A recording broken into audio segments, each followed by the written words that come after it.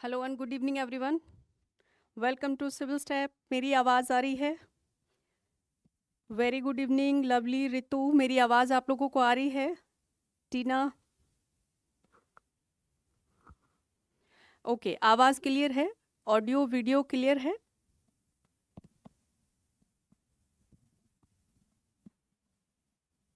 हाँ जी, हाँ जी, हाँ जी, काजल बताइए।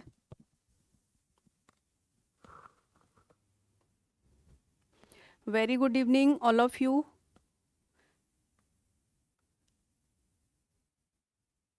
सभी स्टूडेंट क्लास में आ जाइए, लाइव हो जाइए टाइम से, ताकि हम लोग साथ में क्लास शुरू कर सके, राइट? क्योंकि फिर बहुत सारी चीज़ें ऐसी होती हैं, मे बी आपकी छूट जाए। हालांकि ऐसा नहीं है, डाउट सेशन में भी हम लोग क्लियर कर सकते हैं। बट आप लोग अगर टाइम से सभी लोग क्लास में जुड़ जाएंगे तो ज़्यादा ठीक होगा और आप लोगों के लिए भी बेनिफिशियल होगा, है ना? Very good evening Mukesh, Hina, Deepa, Manpreet, very good evening. कैसे हैं आप कैसे हैं? क्लास बढ़िया चल रही है? और आपकी पढ़ाई कैसी चल रही है? कल रिवीजन किया आप लोगों ने? ओके ओके, बहुत बढ़िया।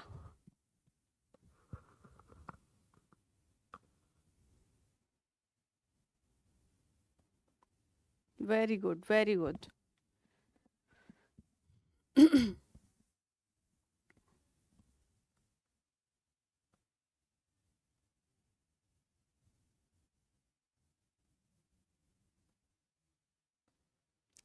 अच्छा, आप किसकी बात कर रहे हैं? पेनिनसुलर प्लेट्यू की बात कर रहे हैं काजल?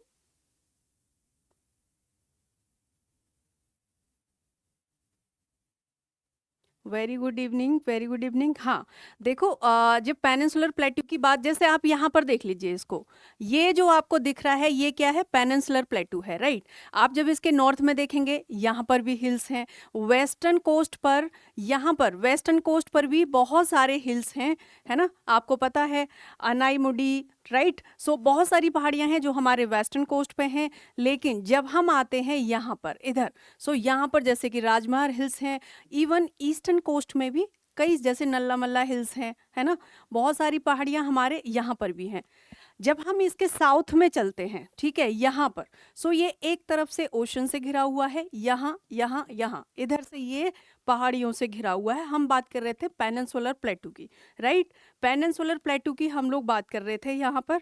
अभी क्लियर है काजल? काजल, ये क्लियर है आपको अभी?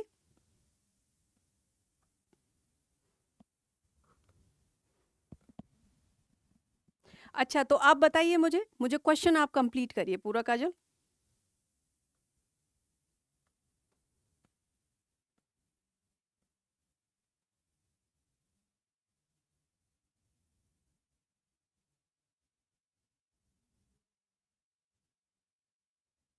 या श्योर श्योर श्योर। हाँ जी, बिल्कुल। Good evening ma'am. Very good evening Kajal, कैसे हो? मैम ठीक हो? मैंने ना हाफ क्लास ज्वाइन की थी ना, ओके ओके ओके, अच्छा। तो आ आपने मैम हम्म। कब एक सॉरी। मिनट। हाँ, ओके, पहले आप बोलो काजल। हेलो। हेलो हाँ हाँ हाँ, बोलिए काजल। मैम, आपने कंपोजिशन में दो प्रकार की बताई हुई है। पहले आपने क्रिस्टलिया इग्निशियस और ये वाली बताई थी, हम्म। बाद में इसकी बताई हुई है। मैंने हाफ आधी क्लास ओके ज्वाइन ओके, की। अच्छा, अभी मैं समझ गया आप किसकी बात कर रहे हो। देखो, कंपोजिशन का मतलब होता है जब मैंने किसी एक विशेष पहाड़ी या फिर किसी एक विशेष प्लेटू के बारे में आपको बताया होगा, तो मैंने उसमें बताया होगा कि ये क्रिस्टलीय, इग्नेशियस, या फिर ये लाइमस्टोन या सैंडस्टोन से बना हुआ है, राइट? लेकिन जब मैं कंप्लीट होलिस्टिकली पेनिनसुलर प्लेटू के बारे में जब मैंने बताया होगा, तो उसमें बताया होगा कि ये तीन तरफ, यहाँ भी हिल्स हैं, है ना? यहाँ भी हिल्स हैं, इधर भी हिल्स हैं, लेकिन यहाँ पर ओशन है नीचे। सो आप एक बार काजल पूरी क्लास देख लेना, उसके बाद भी अगर आपको कन्फ्यूजन होता है तो आप मुझे बताना, फिर मैं आपको कल की क्लास में क्लियर कर दूंगी। लेकिन उसके पहले आप पूरी क्लास देख लेना, ठीक है? ओके हाँ जी, हाँ जी, ठीक है, फिर हम कल बात करेंगे इस चीज़ पे। अगर आपको कन्फ्यूजन फिर भी रहता है तो फिर मैं आपको कम्प्लीटली क्लियर करूंगी इसको, right? Ma'am. Yes ma'am. Okay जी, ठीक है, शुरू करें अभी।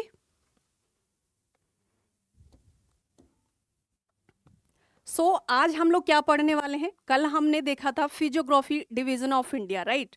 आज हम उसी में हमने पेनिनसुलर प्लेटू को कंप्लीट कर लिया था, लेकिन आज हम यहाँ पर क्या करने वाले हैं? आज हम यहाँ पर देखने वाले हैं हिमालय। हम हिमालय की फॉर्मेशन देखेंगे, ओरिजिन कैसे हुआ हिमालय का, राइट? ये सारी चीज़ों को हम लोग करने वाले हैं। और देखो, आपको पता है बहुत ज़्यादा हमारे लिए इम्पोर्टेंट है, प्लस इंडियन ज्योग्राफी में तो मेन है। दूसरी चीज़, यहाँ से सवाल भी बहुत आते हैं। और एक चीज़ मैं आपको बता दूं, अगर आपको हिमालय की फॉर्मेशन समझ में आ जाएगी ना, तो फिर जब हम अर्थ के बारे में पढ़ेंगे, यानी जियोमॉर्फोलॉजी जब हम पढ़ेंगे, origin of earth, interior part of earth, तो वहाँ पर भी आपको बहुत आसानी होगी समझने में, राइट? सो हम लोग आज हिमालय अपना कवर करने वाले हैं। क्लियर है सभी को यहाँ तक? ठीक है, यहाँ पर देख लीजिए आप एक बार, हम लोगों ने कल फिजियोग्राफिक डिवीजन ऑफ इंडिया के बारे में पढ़ा था, राइट? सो हमने यहाँ पर नॉर्दर्न माउंटेन और north eastern mountain, northern plain के बारे में पढ़ा था, इंडियन डेजर्ट्स, वेस्टर्न घाट, ईस्टर्न घाट यहाँ पर पढ़ा था, और यहाँ पर आपके नॉर्थ ईस्ट ये माउंटेन है। हिमालय जो आपका है वो कंप्लीट यहाँ से इस तरीके से यहाँ तक फैला हुआ है। यहाँ तक कोई कन्फ्यूजन किसी स्टूडेंट को? यहाँ तक क्लियर है सभी के लिए? ओके, ठीक है। सो हम आगे देख लेते हैं about physiographic division of India, जो कि हमने कल देखा था। उसी को पहले हम थोड़ा सा यहाँ पर एक बार देख लेते हैं, राइट? सो भारत के भौगोलिक प्रभागों के बारे में, प्रभाव नहीं प्रभाग हैं, यानी कि डिवीजन के बारे में हम लोग देख लेते हैं। सो द फर्स्ट हमने देखा हिमालयाज या northern and north eastern mountain. Second हमारा इंडो गैंगेटिक प्लेन या नॉर्दर्न प्लेन था। And third peninsular plateau of India, जो हम लोग कवर कर चुके हैं। And the coastal plains of India and the Indian islands and Indian desert. ये हमारा फिजियोग्राफिक डिवीजन है मोटा मोटा, जो कि हम लोग कल भी इसको देख चुके हैं। आगे यहाँ देख लेते हैं, अगेन आप इसको यहाँ पर शॉर्ट में देख लीजिए। देखिए, ये जो मैं ग्राफ बनाया यहाँ पे, बस ये इसलिए है ताकि आप लोग क्विकली इसको एक माइंड मैप आपके लिए बन जाए कि अच्छा ये एक भाग है, इसमें कितने पॉइंट्स आते हैं और कौन से पॉइंट्स हैं। कई बार होता है ना कि आपने एक बार डिटेल में पढ़ लिया, बट शॉर्ट आपके लिए हो जाएगा यहाँ पर। सो इसका आप देखेंगे, the Himalayas and northern and north eastern mountain, Indo Gangetic plain, northern plains and the peninsular plateau of India, the coastal plains of India and the Indian islands, Indian desert. Clear है?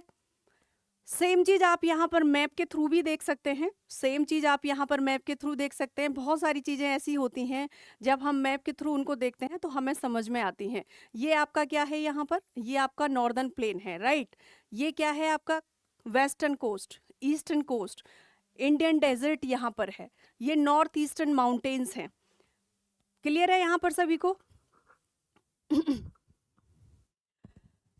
अच्छा, रिकॉर्डेड क्लास भी मिलेंगी। देखो, आपको admission time पर I think बताया गया होगा, है ना? हाँ, रिकॉर्डेड क्लास मिलेंगी रिकॉर्डेड क्लासेस।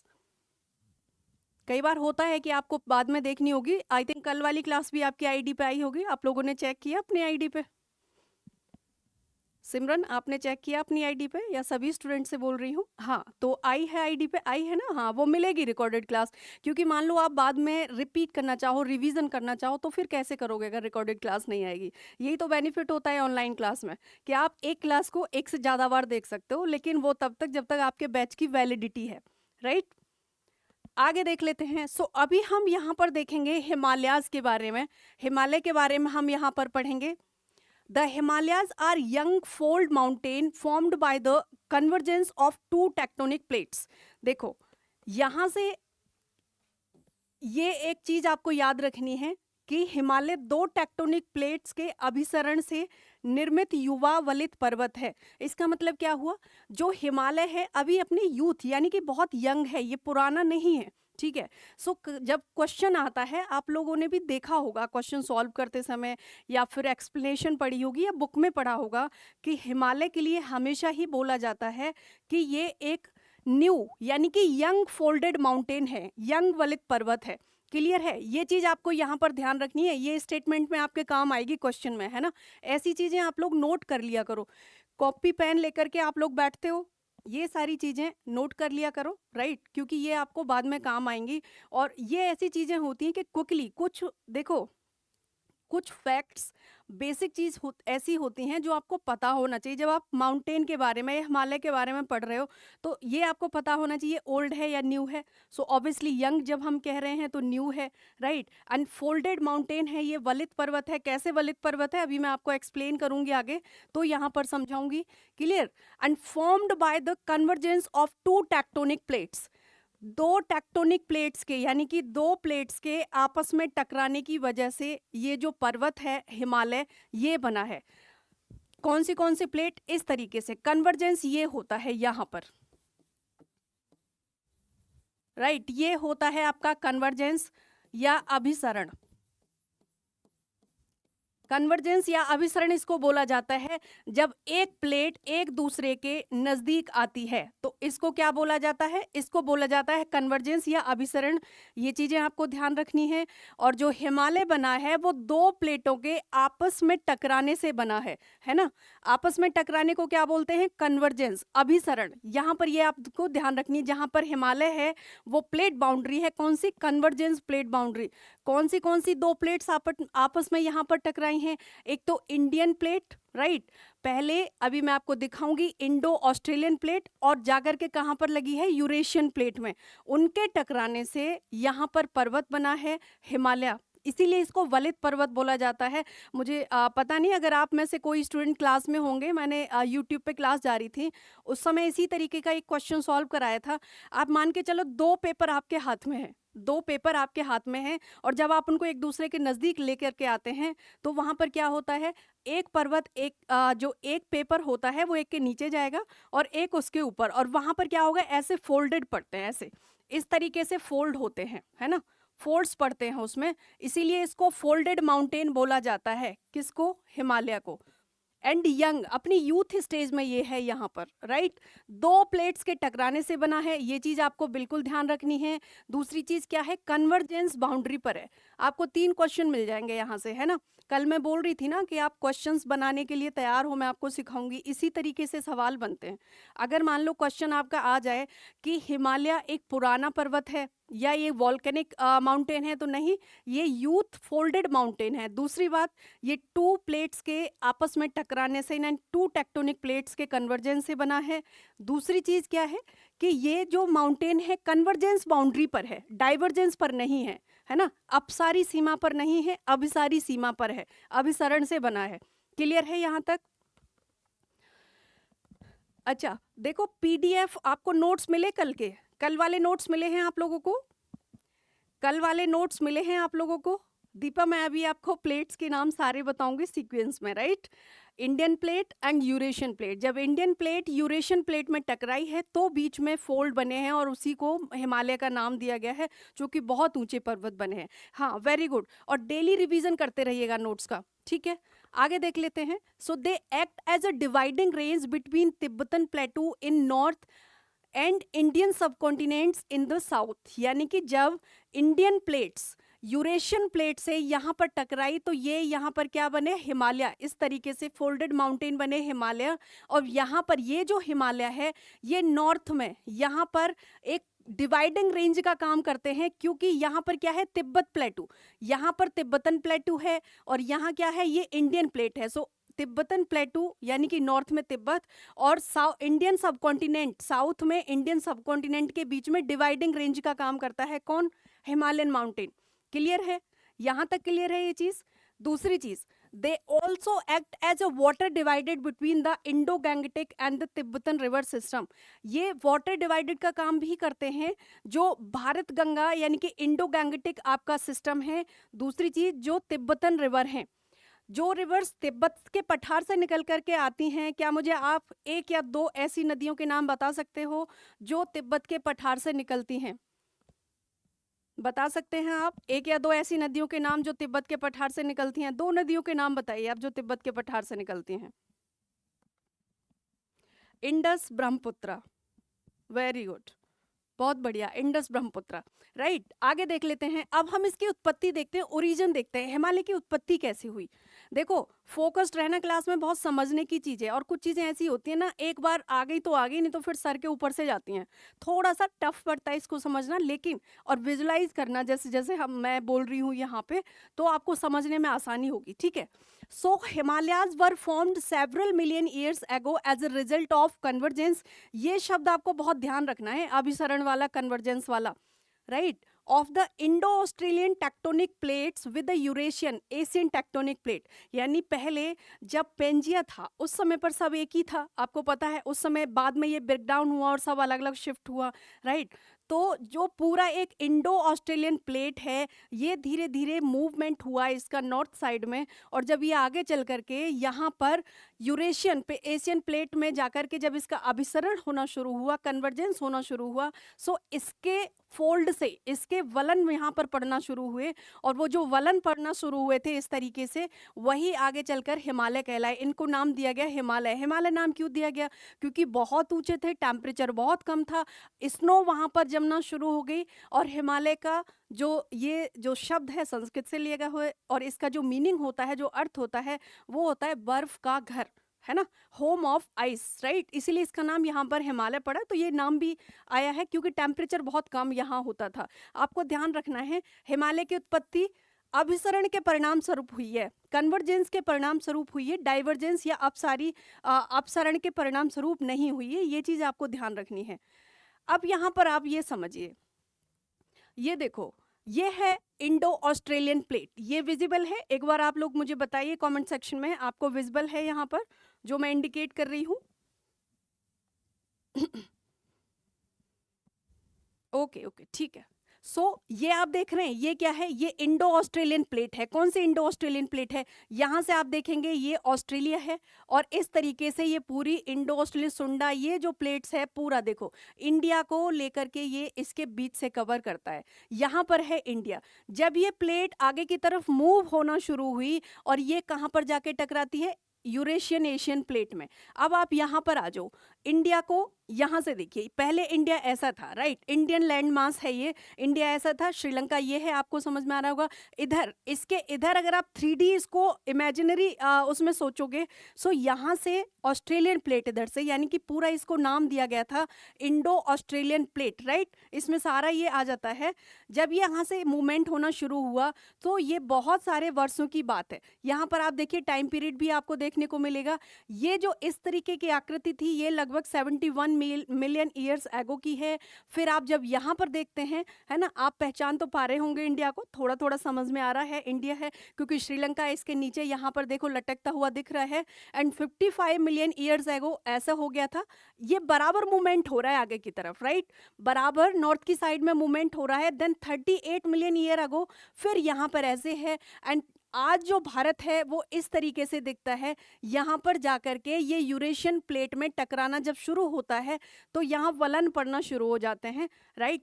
वलन क्यों पड़ते हैं यहाँ पर? क्योंकि दो सीमाएं, दो प्लेट्स आपस में एक दूसरे के ऊपर आपस में बढ़ती हैं, यानी इंडियन प्लेट यूरेशियन प्लेट में जाकर के टकराती है ना। आप ऐसे समझो, कोई भी एक चीज आ रही है और एक स्टेबल है, जब एक चीज उसमें टकराएगी जाकर के, तो क्या होता है? टूट फूट होती है ना। बहुत सारी ऐसी चीजें होती हैं जो वहां पे लहरदार, कुछ जैसे कि फोल्ड जिसको हम बोल रहे हैं, वलन बोल रहे हैं, वो पड़ जाते हैं। सो ये जो टेक्टोनिक, चूंकि ये लैंड मास बहुत ज्यादा हैवी था, हम इमेजिन भी नहीं कर सकते हैं। सो इसलिए ऐसा हुआ कि इतने ऊंचे, और आज भी कंटिन्यू जारी है, अभी भी ये मूवमेंट जारी है। इसीलिए आपने देखा होगा, सुना होगा, पढ़ा होगा कि माउंट एवरेस्ट की जो हाइट है वो कंटिन्यू बढ़ रही है ना।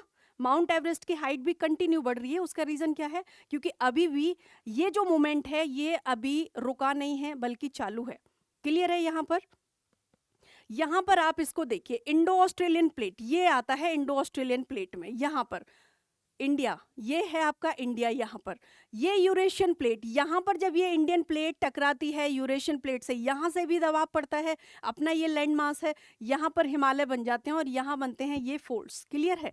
यहाँ पर ये फोल्ड्स बनते हैं, और इसी को बोला गया है कि ये अपने यूथ स्टेज में है।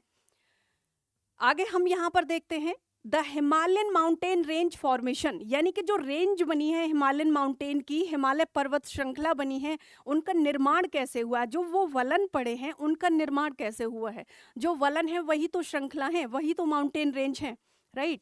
यहाँ पर देखिए अबाउट 50 मिलियन ईयर्स अगो, लगभग 50 मिलियन वर्ष पहले की बात है ये, भारतीय plate, Indian plates and Eurasian plate began colliding with each other and lifting the Himalayan mountain range. यानी कि इंडियन प्लेट और यूरेशियन प्लेट एक दूसरे से टकराना शुरू हुई। बेसिकली इंडियन प्लेट जाकर के टकराती है, यूरेशियन प्लेट की तरफ बढ़ती है धीरे धीरे, आज भी बढ़ रही है। इसीलिए माउंटेन रेंज हिमालय में क्या हो रहा है, उनकी जो हाइट है वो कंटिन्यू बढ़ रही है ना, उनकी हाइट अभी भी कंटिन्यू बढ़ रही है, जिसका असर माउंट एवरेस्ट पर भी दिखा है, मेजर हुआ है उसका। सो ये उस समय की बात है। And to this days these convergent plate boundaries are still uplifting boundaries new mountains। यानी कि आज भी ये जो अभिसारी प्लेट है, कौन सी, इंडियन प्लेट जो यूरेशियन प्लेट में कोलाइड हो रही है, धीरे धीरे बढ़ रही है उसके आगे, ये नए पहाड़ों का निर्माण करते हुए ऊपर उठ रही है, और जो पुराने हैं उनकी हाइट भी ऊपर जा रही है और नए माउंटेन्स वहाँ पर बन रहे हैं। यहाँ तक क्लियर है सभी को? यहाँ तक सभी स्टूडेंट को क्लियर है? कोई डाउट है तो मुझे बताइए। यहाँ तक सभी को क्लियर है?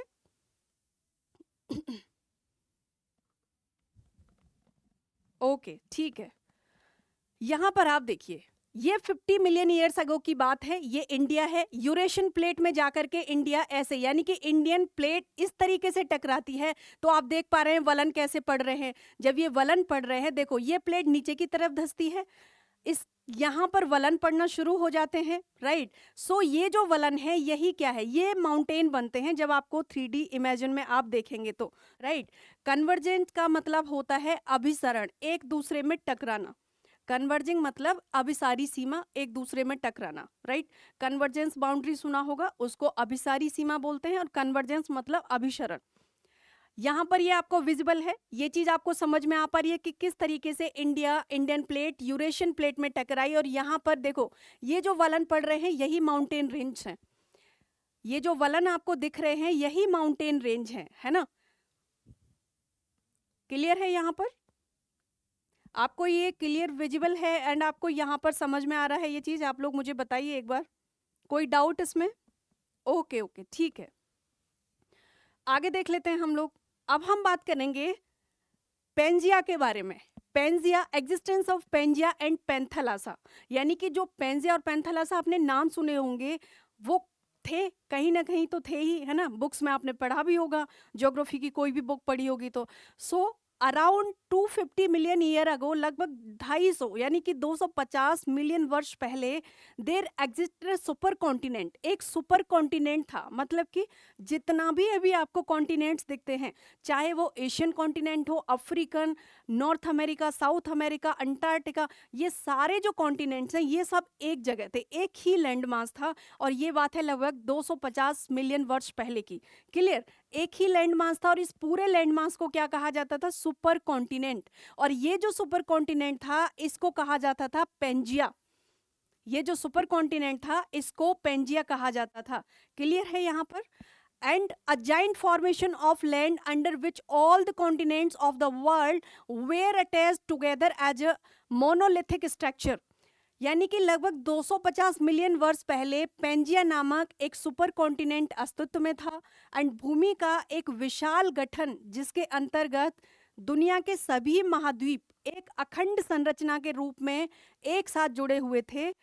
ये पेंजिया पेंथालासा नामक एक विशाल जल से घिरा हुआ था। यानी कि ये जो पेंजिया था surrounded by a massive water body, और ये जो वाटर बॉडी थी इसको क्या कहा जाता था?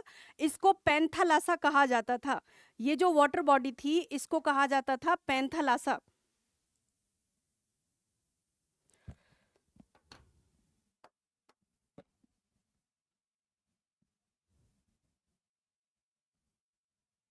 एक मिनट आप लोग, है ना, एक मिनट बस वेट करो, ठीक है।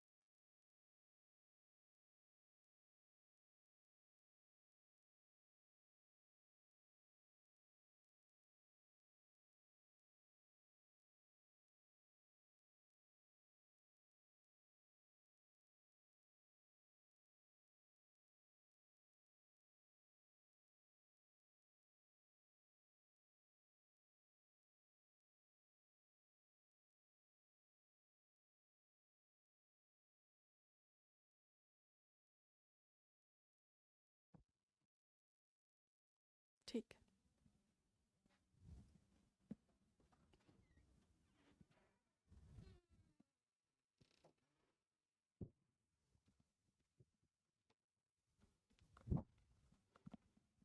अच्छा, अभी अभी क्लियर है, अभी विजिबल है। देखो मैं एक चीज़ बोल रही हूँ, आप ऐसे अपना वाइट बोर्ड मत करना ऑन, क्योंकि फिर क्या होता है ना, सभी को डिस्टरबेंस होगा, राइट? सबको डिस्टरबेंस होगा, और ये आपका ही नुकसान है इसमें कहीं ना कहीं, है ना? क्योंकि 2 घंटे कंप्लीट हो जाएंगे तो क्लास तो आपकी ओवर हो जाएगी, लेकिन लॉस आपका होगा। क्लियर है? तो अपना नुकसान क्यों करना है जानबूझ के? चलिए आगे देख लेते हैं हम इसको। सो यहाँ पर हम आ जाते हैं, एग्जिस्टेंस ऑफ पेंजिया एंड पेंथालासा। मेरी आवाज़ क्लियर है? मेरी आवाज़ क्लियर आ रही है? एक बार बताइए मुझे। ओके।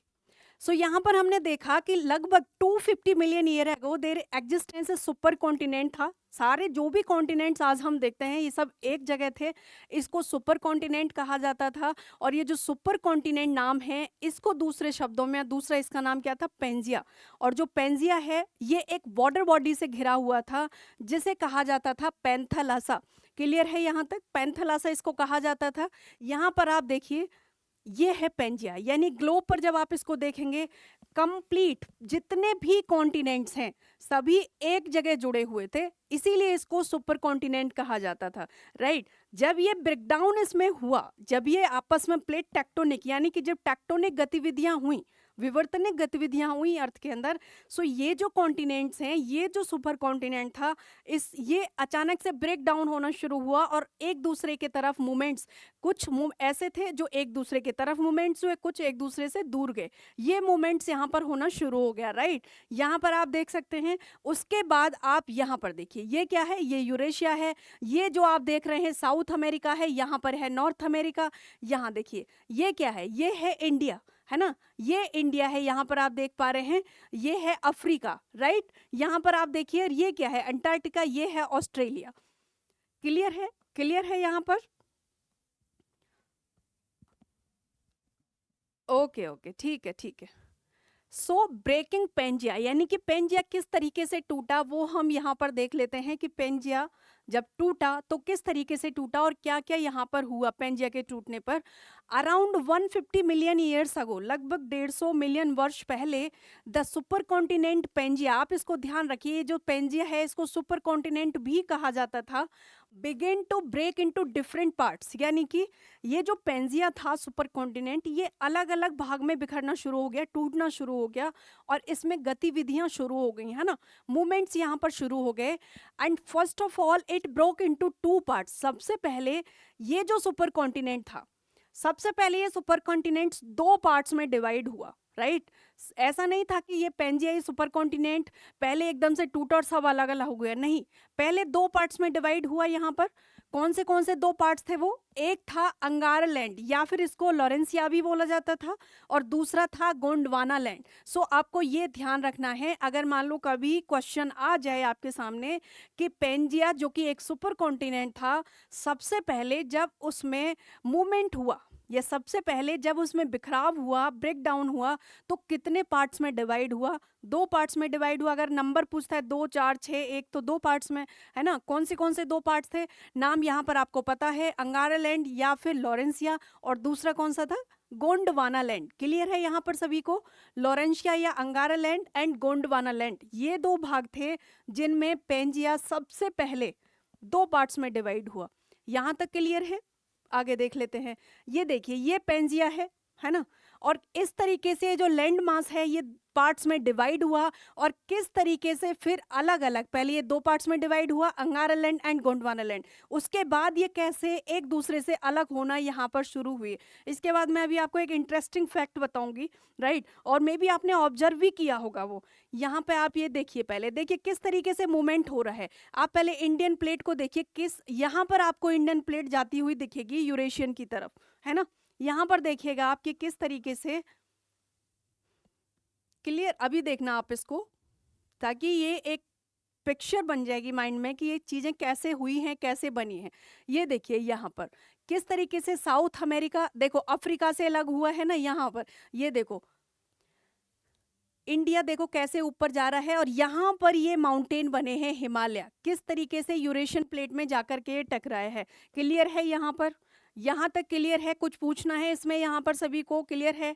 कोई प्रॉब्लम, कोई डाउट किसी स्टूडेंट को? बताइए मुझे एक बार। क्लियर है? ओके, ठीक है जी, ठीक है। यहाँ पर हम लोग देख लेते हैं breaking down of Gondwana and Angara land, यानी कि जब पेंजिया सबसे पहले दो पार्ट्स में डिवाइड हुआ। गोंडवाना लैंड साउथ पार्ट था और अंगारा लैंड या लोरेंशिया जो था वो इसका फर्स्ट पार्ट था। उसके बाद क्या हुआ, जो ये गोंडवाना लैंड और अंगारा लैंड था फिर इसमें ब्रेक डाउन होना शुरू हुआ। हमने देखा भी यहाँ पे कि सबसे पहले तो ये थोड़ा सा ब्रेक डाउन हुआ, उसके बाद यहाँ पर ये कंप्लीट पूरा अलग अलग हो गया, है ना। अभी आप इसको देखिएगा एक बार, पहले ये देखो यहां पर आप देखेंगे, अब यहां देखिए आप, ये दो पार्ट्स में डिवाइड होगा पहले, ठीक है। उसके बाद ये दो पार्ट्स में डिवाइड हुआ और उसके बाद फिर ये अलग अलग डिवाइड होना शुरू हो गया, यानी कि जब अंगारा लैंड और गोंडवाना लैंड डिवाइड हुए यहाँ पर, so Gondwana and Angara land were further broken down into different smaller land masses. एक साउथ अमेरिका, एक अफ्रीका कॉन्टिनेंट में अंटार्कटिका, ऑस्ट्रेलियन, है ना, इंडो ऑस्ट्रेलियन प्लेट जिसे बोला जाता है पूरा, जिसमें आता है इंडोनेशिया और पूरा का पूरा जो आपका रिंग पैसिफिक है वो आ जाता है। दूसरा यहीं से फिर इंडियन लैंड मास जाना शुरू हो गया यूरेशियन प्लेट की तरफ। सो ये छोटे छोटे जो लैंड मास ब्रेक डाउन हुए बाद में, जब अंगारा लैंड और गोंडवाना लैंड में ब्रेक डाउन हुआ, इनमें बिखराव शुरू हुआ। यहाँ तक क्लियर है सभी को? आगे देख लेते हैं। So Indo-Australian plate comprising present day Australia and the Indian subcontinent, यानी कि जो इंडो ऑस्ट्रेलियन प्लेट हम बोल रहे हैं ना कि यूरेशियन की तरफ जाके कोलाइड होना शुरू हुआ। सो इंडो ऑस्ट्रेलियन जो प्लेट थी आज के समय में, उस प्लेट में ऑस्ट्रेलिया और इंडिया दो पार्ट्स आते थे, right, and emanated from the Gondwana and the Eurasian plate. और यूरेशियन प्लेट जब इससे अलग हुई तो यहाँ पर Europe, North Asia and emanated from Angara land. और ये किससे अलग हुआ? ये अंगारा लैंड से उत्पन्न हुआ था जो यूरेशियन प्लेट थी। और आपकी जो इंडो ऑस्ट्रेलियन प्लेट थी वो अलग किससे हुई थी? गोंडवाना लैंड से। क्लियर है ये चीज़? Indo Australian plate from Gondwana and Eurasian plate जो है वो अलग हुई थी अंगारा लैंड या फिर लॉरेंशिया से, राइट। अब हम यहाँ पर नॉर्दर्न माउंटेन्स को देखेंगे, उत्तरी पर्वतों को देखेंगे। अच्छा, एक चीज़, हिमालय की फॉर्मेशन समझ में आ गई, हिमालय की उत्पत्ति समझ में आ गई। हिमालय तक कोई डाउट किसी स्टूडेंट को तो आप लोग मुझे बताइए। हिमालय तक कोई डाउट है किसी स्टूडेंट को तो आप लोग मुझे बताइए यहाँ पर। अच्छा मुकेश, एक चीज़ मैं बोल रही हूँ, देखो ये चीज़ यहाँ पर मुझे भी पता है कि रिपीट करना है कि नहीं करना है, क्या चीज़। कई बार क्या होता है, बहुत सारी चीज़ें देखो आपको समझ में आ गई, मे भी बहुत सारे स्टूडेंट ऐसे होंगे शायद उनको एक बार में समझ में ना आई हो या मिस हो जाती हैं, बहुत सारी चीज़ें होती हैं, राइट। बहुत सारी चीज़ें ऐसी होती हैं, तो ये टीचर का काम होता है ना। ये मान लो ये ड्यूटी है कि मुझे एक चीज़ को 4 बार बताना है, क्योंकि यहाँ पे बहुत सारे स्टूडेंट हैं और सबकी अपनी अपनी कैपेसिटी होती है, अपना अपना फोकस होता है, राइट। सो डोंट वरी, आपका टाइम पढ़ने में ही जाएगा, चिंता मत करो। ओके, ओरिजिन देखो, ओरिजिन मैं हिमालय के क्या बता रही हूँ कि जब इंडियन लैंड मास, पहले मैं बताऊं कि जब जो पेंजिया था वो दो पार्ट्स में डिवाइड हुआ, अंगारा land and Gondwana land, right. Gondwana land से अलग हुई इंडो ऑस्ट्रेलियन प्लेट, जिसमें कि प्रेजेंट डे में इंडियन लैंड मास और ऑस्ट्रेलियन जो कॉन्टिनेंट है आपका वो आता है। एंड जो यूरेशियन प्लेट थी वो अलग हुई कहाँ से? आपकी अंगारा लैंड से। मैंने आपको बताया भी, जब इमेज में बताया था कि दो पार्ट्स में डिवाइड हुआ है, उत्तर में आपका अंगारा लैंड है, नॉर्थ में गोंडवाना है। सो आज जो यूरेशियन प्लेट्स, जो अंगारा लैंड से अलग हुई यूरेशियन प्लेट, उसमें आज कौन से पार्ट्स आते हैं? उसमें आज यहाँ पर आते हैं आपका यूरेशिया आता है, यानी कि आप यहाँ पर देखिए, यहाँ पर आपका यूरोप आता है और नॉर्दर्न एशिया, है ना, इसीलिए इसको यूरेशिया बोला गया है। यूरोप और एशिया, इसलिए यूरेशिया बोला गया है, इसीलिए इसको ये नाम दिया गया है। क्लियर है? दूसरी चीज, जब इंडियन लैंड मास, जब इंडियन सबकॉन्टिनेंट, इंडियन प्लेट धीरे धीरे मूव होना शुरू हुई यूरेशियन प्लेट की तरफ, जब वहां पर जाकर के वो टकराई, कोलाइड हुआ, तो वहां वलन पड़ना शुरू हो गए, फोल्ड्स पड़ना शुरू हो गए, और वहां पर जो पर्वत बने उसको बोला गया हिमालय, क्योंकि टेम्परेचर बहुत कम था, माउंटेन बहुत ऊंचे बने, है ना, इसीलिए उसको नाम देगा हिमालय। यहाँ तक क्लियर है? हिमालय की उत्पत्ति क्लियर है अभी? अनीता, अभी क्लियर है आपको? अच्छा, काजल बोल रहे थे।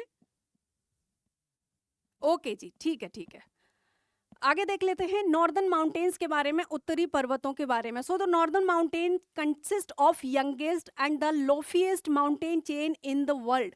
यानी कि जब हम नॉर्दर्न माउंटेन्स, उत्तरी पर्वतों की बात करते हैं, तो ये पूरी दुनिया में सबसे ज्यादा युवा और सबसे ऊंची पर्वत श्रृंखलाओं से मिलकर बने हैं, है ना।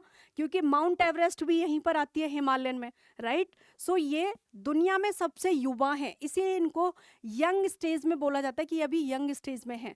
क्वेश्चन भी जब आता है ना हिमालय के साथ जुड़ करके, तो ये शब्द जरूर जुड़ता है। अगर आपसे गलत पूछ रहा है, सही पूछ रहा है, वो डिपेंड करता है स्टेटमेंट क्या है, बट ये वर्ड जरूर आता है यूथ वाला। क्लियर है।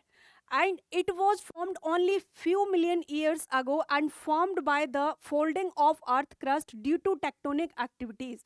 यानी कि हिमालयन नॉर्दर्न माउंटेन का निर्माण कुछ लाख साल पहले ही हुआ है। और ये जो निर्माण हुआ है, जो फॉर्मेशन हुई है, ये किस वजह से हुई है? ये हुई है टेक्टोनिक गतिविधियों की वजह से, टेक्टोनिक एक्टिविटीज़ की वजह से। और ये टेक्टोनिक एक्टिविटीज़ कहाँ पर हुई हैं? ये हुई हैं इंडियन प्लेट और यूरेशियन प्लेट में, है ना, इनमें हुई हैं। और कन्वर्जेंस बाउंड्री पर हैं ये, अभी सारी सीमा पर हिमालय का निर्माण हुआ है। और एक चीज़ मैं दोबारा रिपीट कर रही हूँ, चूंकि बहुत इंपॉर्टेंट है। अभी सारी सीमा का मतलब क्या होता है? जब दो प्लेट आपस में टकराती हैं तो उसको अभिसारी सीमा बोला जाता है। क्लियर है यहाँ पर? यहाँ पर क्लियर है ये चीज़? एंड ये जो फोल्ड हुए हैं, फोल्डिंग्स हुई हैं, ये क्यों? अर्थ क्रस्ट यहाँ पर हुआ है। जब एक चीज इधर आकर के टकराएगी, मान लो यहाँ कोई स्टेबल है, यहाँ टकराएगी, तो यहाँ क्या होगा? फोल्ड पड़ना शुरू हो जाएंगे, राइट, फोल्ड्स पड़ना शुरू हो जाएंगे। क्लियर है? आगे देख लेते हैं। The width of northern mountains, यानी कि जो उत्तरी पर्वत हैं, उनकी चौड़ाई अगर आप देखते हैं तो बहुत वेरी करती है। अलग अलग जगह पर, अलग अलग डायरेक्शन में अलग अलग चौड़ाई है उत्तरी पर्वतों की। जैसे कि आप देखेंगे लगभग 500 किलोमीटर कहाँ पर है? कश्मीर में, टू 200 किलोमीटर इन अरुणाचल प्रदेश। यानी कि अगर आप कश्मीर में देखते हैं तो लगभग 500 किलोमीटर चौड़े हैं। बट आप जब नॉर्थ ईस्ट में जाते हैं, अरुणाचल प्रदेश में देखते हैं, तो बहुत ज़्यादा इनकी जो वो है यहाँ पर 200 रह जाती है। यानी कि कश्मीर में अधिक चौड़े हैं, और जब नॉर्थ ईस्ट में जाते हैं तो यहाँ पर ये कम चौड़ाई इनकी जो होती है, चौड़ाई जो है वो कम हो जाती है, right. And the Pamir knot, popularly known as the roof of the world, यानी कि जो पामीर नोट है, इसको दुनिया की छत भी कहा जाता है। हिमालय और मध्य एशिया की ऊंची पर्वतमालाओं के बीच ये एक संपर्क सूत्र का काम करती है, राइट। यहीं पर रूफ ऑफ वर्ल्ड, देखो कोई भी चाहे छोटे से छोटा एग्जाम हो, आपने बचपन से शायद ये चीज पढ़ी होगी कि दुनिया की छत किसे कहा जाता है, रूफ ऑफ वर्ल्ड क्या है? सो ये है पामीर नोट या पामीर गांठ को रूफ ऑफ वर्ल्ड कहा जाता है। क्लियर है? ये चीज आपने बचपन से पढ़ी होगी। आगे देख लेते हैं हम लोग यहाँ पर। The northern mountain that functions as a great wall is grouped into 3 division. यानी कि जो उत्तरी पर्वत हैं, ये एक महान दीवार के रूप में काम करते हैं, जिन्हें 3 भागों में बांटा गया है। अच्छा, महान दीवार के रूप में कहाँ काम करते हैं? मैंने क्लास के शुरू में ही जब मैं आपको समझा रही थी, बता रही थी, उस समय भी मैंने आपको बताया था। मुझे जल्दी से बताइए कमेंट सेक्शन में, जो नॉर्दर्न माउंटेन्स है या जो हिमालय है, वो किसके बीच में ग्रेट वॉल का या फिर दीवार का काम करते हैं? आपको बताया था ना, एक डिवाइडिंग रेंज का काम भी करते हैं, है ना। उसी को हम बोल रहे हैं कि ये एक वॉल का काम करते हैं। तिब्बत का पठार, वेरी गुड, बहुत बढ़िया, बहुत अच्छा, बहुत बढ़िया। देख लेते हैं हम लोग यहाँ पर। सो ये जो नॉर्दर्न माउंटेन्स हैं, इनको 3 पार्ट्स में डिवाइड किया गया है। एक पार्ट कौन सा है इसका? द ट्रांस हिमालय, है ना, एक है ट्रांस हिमालय। दूसरा यहाँ पर आता है हिमालयाज, राइट, जिसको आप ग्रेटर हिमालय भी बोलते हैं। और थर्ड आता है ईस्टर्न हिमालयाज या पूर्वांचल हिमालय, है ना, ईस्टर्न हिमालय या पूर्वांचल हिमालय यहाँ पर आता है। और इसी में आपका आता है एक शिवालिक, वो हम आगे जब करेंगे। हिमालय जो शिवालिक है वो हिमालय के डिवीजन में आता है। यहाँ पर हम नॉर्दर्न माउंटेन्स के डिवीजन देख रहे हैं। सो आप लोग कंफ्यूजन मत होना कि मैंने आपको यहाँ पर शिवालिक नहीं बताया है, वो मैं अभी आगे बताऊंगी। इसलिए ताकि पॉइंट्स आपके क्लियर रहें, मैं छोटे छोटे टॉपिक्स में डिवाइड करके आपको बता रही हूँ, कोई भी कंफ्यूजन किसी तरीके का यहाँ पर आपको ना हो। क्लियर है? So northern mountains, trans Himalaya, Himalaya and eastern Himalaya या पूर्वांचल हिल्स, इसको हम 3 पार्ट्स में डिवाइड करते हैं, जो कि एक ग्रेट वॉल के रूप में काम करता है। क्लियर है? यहाँ पर हम लोग देख लेते हैं trans Himalayas, Himalayas and eastern Himalaya या पूर्वांचल हिल्स, ये क्या है, नॉर्दर्न हिमालय का डिवीजन है। सो ट्रांस हिमालय के बारे में जान लेते हैं। ट्रांस हिमालय क्या है?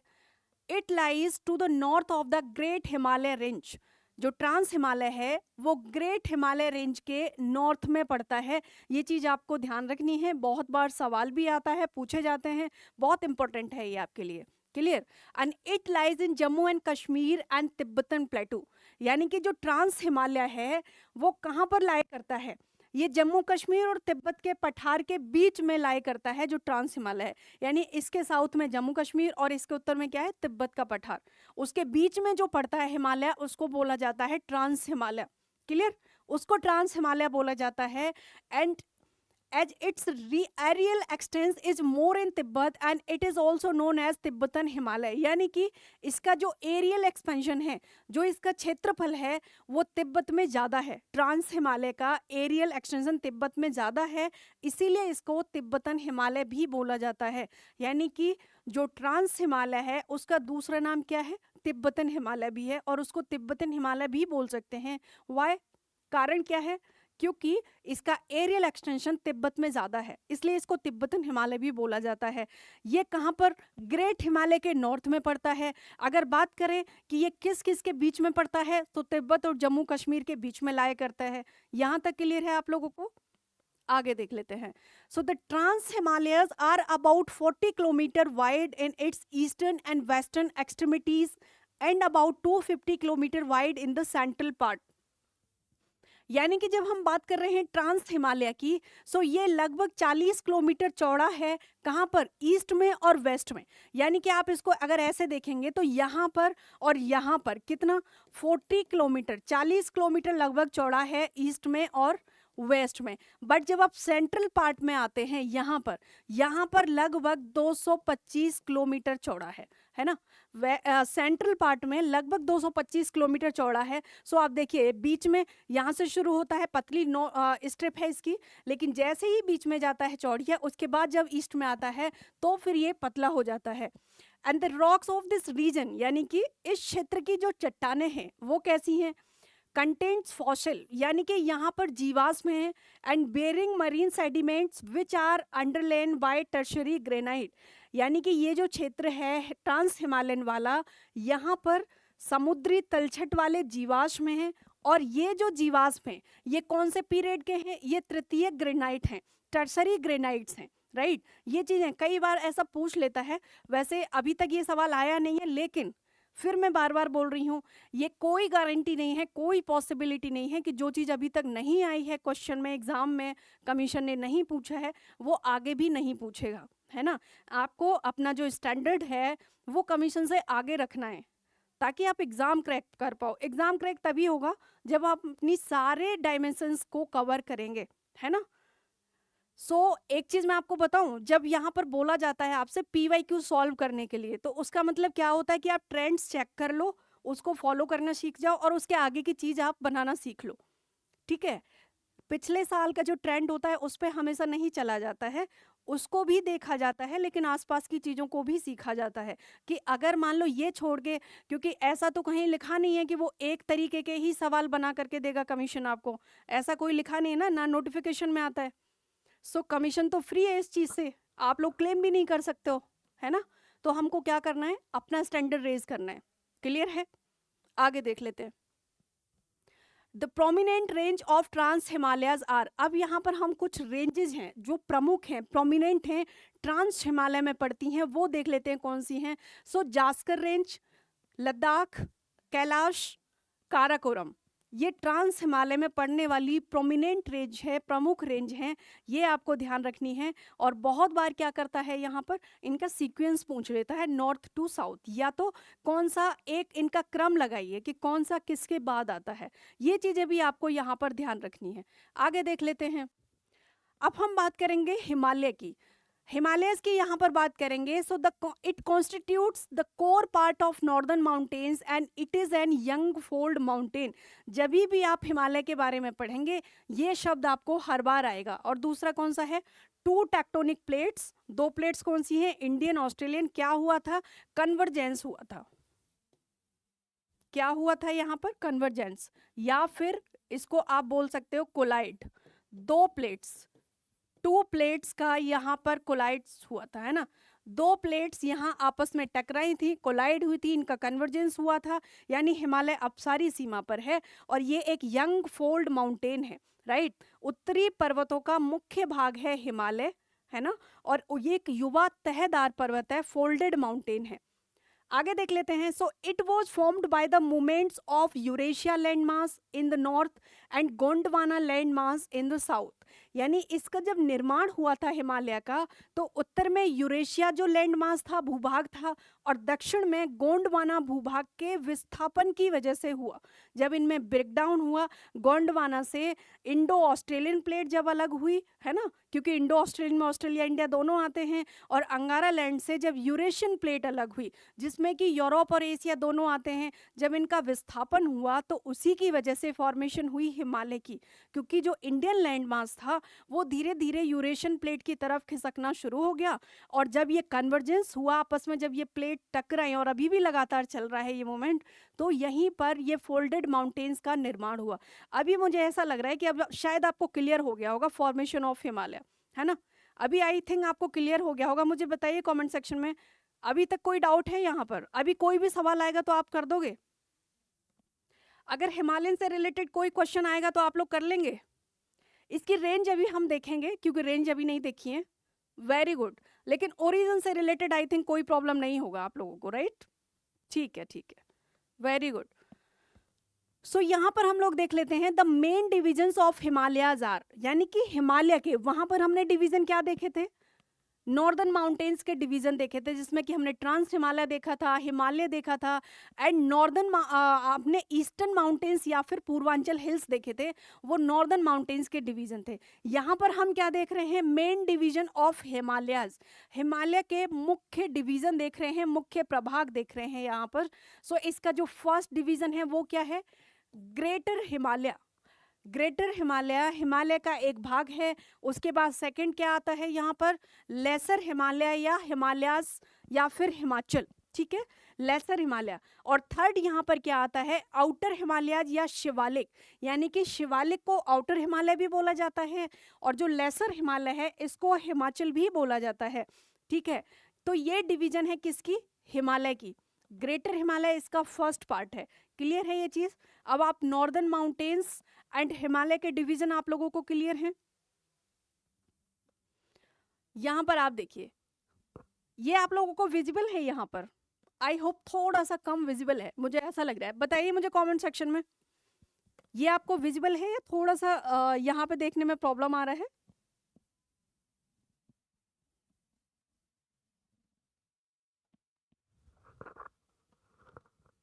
ठीक है, ओके ओके। सो आप यहाँ पर देखेंगे, ये देखिए हमने अभी क्या पढ़ा था? ट्रांस हिमालय की रेंजेस के बारे में। विजिबल है, ठीक है जी।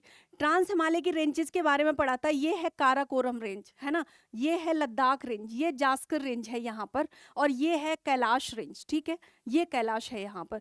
ये किसके? काराकोरम की रेंज है। सो आपको देखो यहाँ से एक चीज आप अभी कर लो, ताकि आपको कभी क्वेश्चन आ जाए तो ये विजिबल हो। बहुत बार ऐसा होता है कि जब हम क्लास में पढ़ रहे होते हैं ना, तो चीज़ें ज़्यादा याद हो जाती हैं, है ना। जब खुद से बुक में पढ़ते हैं तो उतना याद नहीं होती हैं। सो आप यहाँ पर अभी देख लीजिए, ये काराकोरम है। एक चीज़ क्लियर है आपको कि ये ट्रांस हिमालय की रेंज है। अगर मान लो आपको नॉर्थ से साउथ में सीक्वेंस लगाने को दे दिया जाए तो आप इसको कर सकते हैं। सबसे पहले कौन सा आता है? काराकोरम रेंज। अगर नॉर्थ की बात करें तो सबसे पहले काराकोरम रेंज आएगा, उसके बाद कौन सा आएगा यहाँ पर? Ladakh range, right. उसके बाद कौन सा आएगा? जास्कर रेंज, और उसके बाद कैलाश रेंज, है ना। ये आपका सेम आप साउथ टू नॉर्थ भी कर सकते हैं, सेम चीज आप यहाँ पर साउथ टू नॉर्थ कर सकते हैं। अब हम हिमालय के डिवीजन देख लेते हैं। सो हिमालय के डिवीजन में फर्स्ट आप देखिए यहाँ पर, ये क्या है? Great Himalaya, right. ये है आपका ग्रेट हिमालय, और इसके बाद यहाँ पर जब आप देखेंगे ये है शिवालिक। शिवालिक है ये, क्लियर है। इसी के बीच में यहाँ पर पड़ता है लेसर हिमालय, राइट। यहाँ है ग्रेटर हिमालय, लेसर हिमालय, और उसके बाद ये आउटर हिमालय या फिर इसको शिवालिक बोला जाता है। ये है आपका लेसर हिमालय यहाँ पर। यहाँ तक ये क्लियर है सभी को? एक चीज, जब हम नॉर्दर्न माउंटेन्स के डिवीजन पढ़ रहे थे तो यहाँ पर ये जो पार्ट है हमारा ये आता है पूर्वांचल हिल्स में, Purvanchal hills,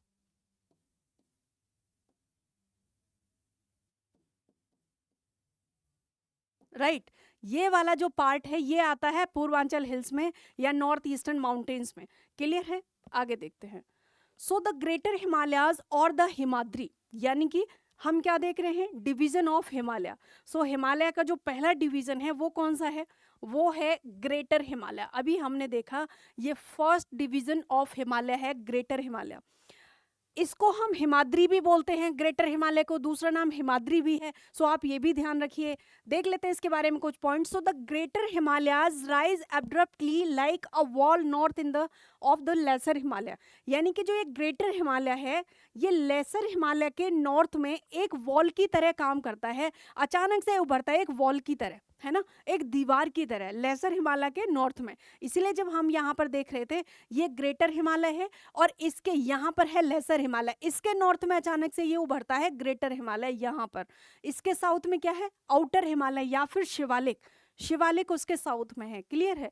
so the greater Himalayas are about 25 kilometre wide, it's average height is about 6000 metre, यानी कि जो ग्रेटर हिमालय है लगभग 25 किलोमीटर चौड़ा है। और अगर आप इसकी एवरेज हाइट की बात करें, औसत ऊंचाई की बात करें, तो लगभग 600 या 6000 मीटर इसकी एवरेज हाइट है, एवरेज ऊंचाई है।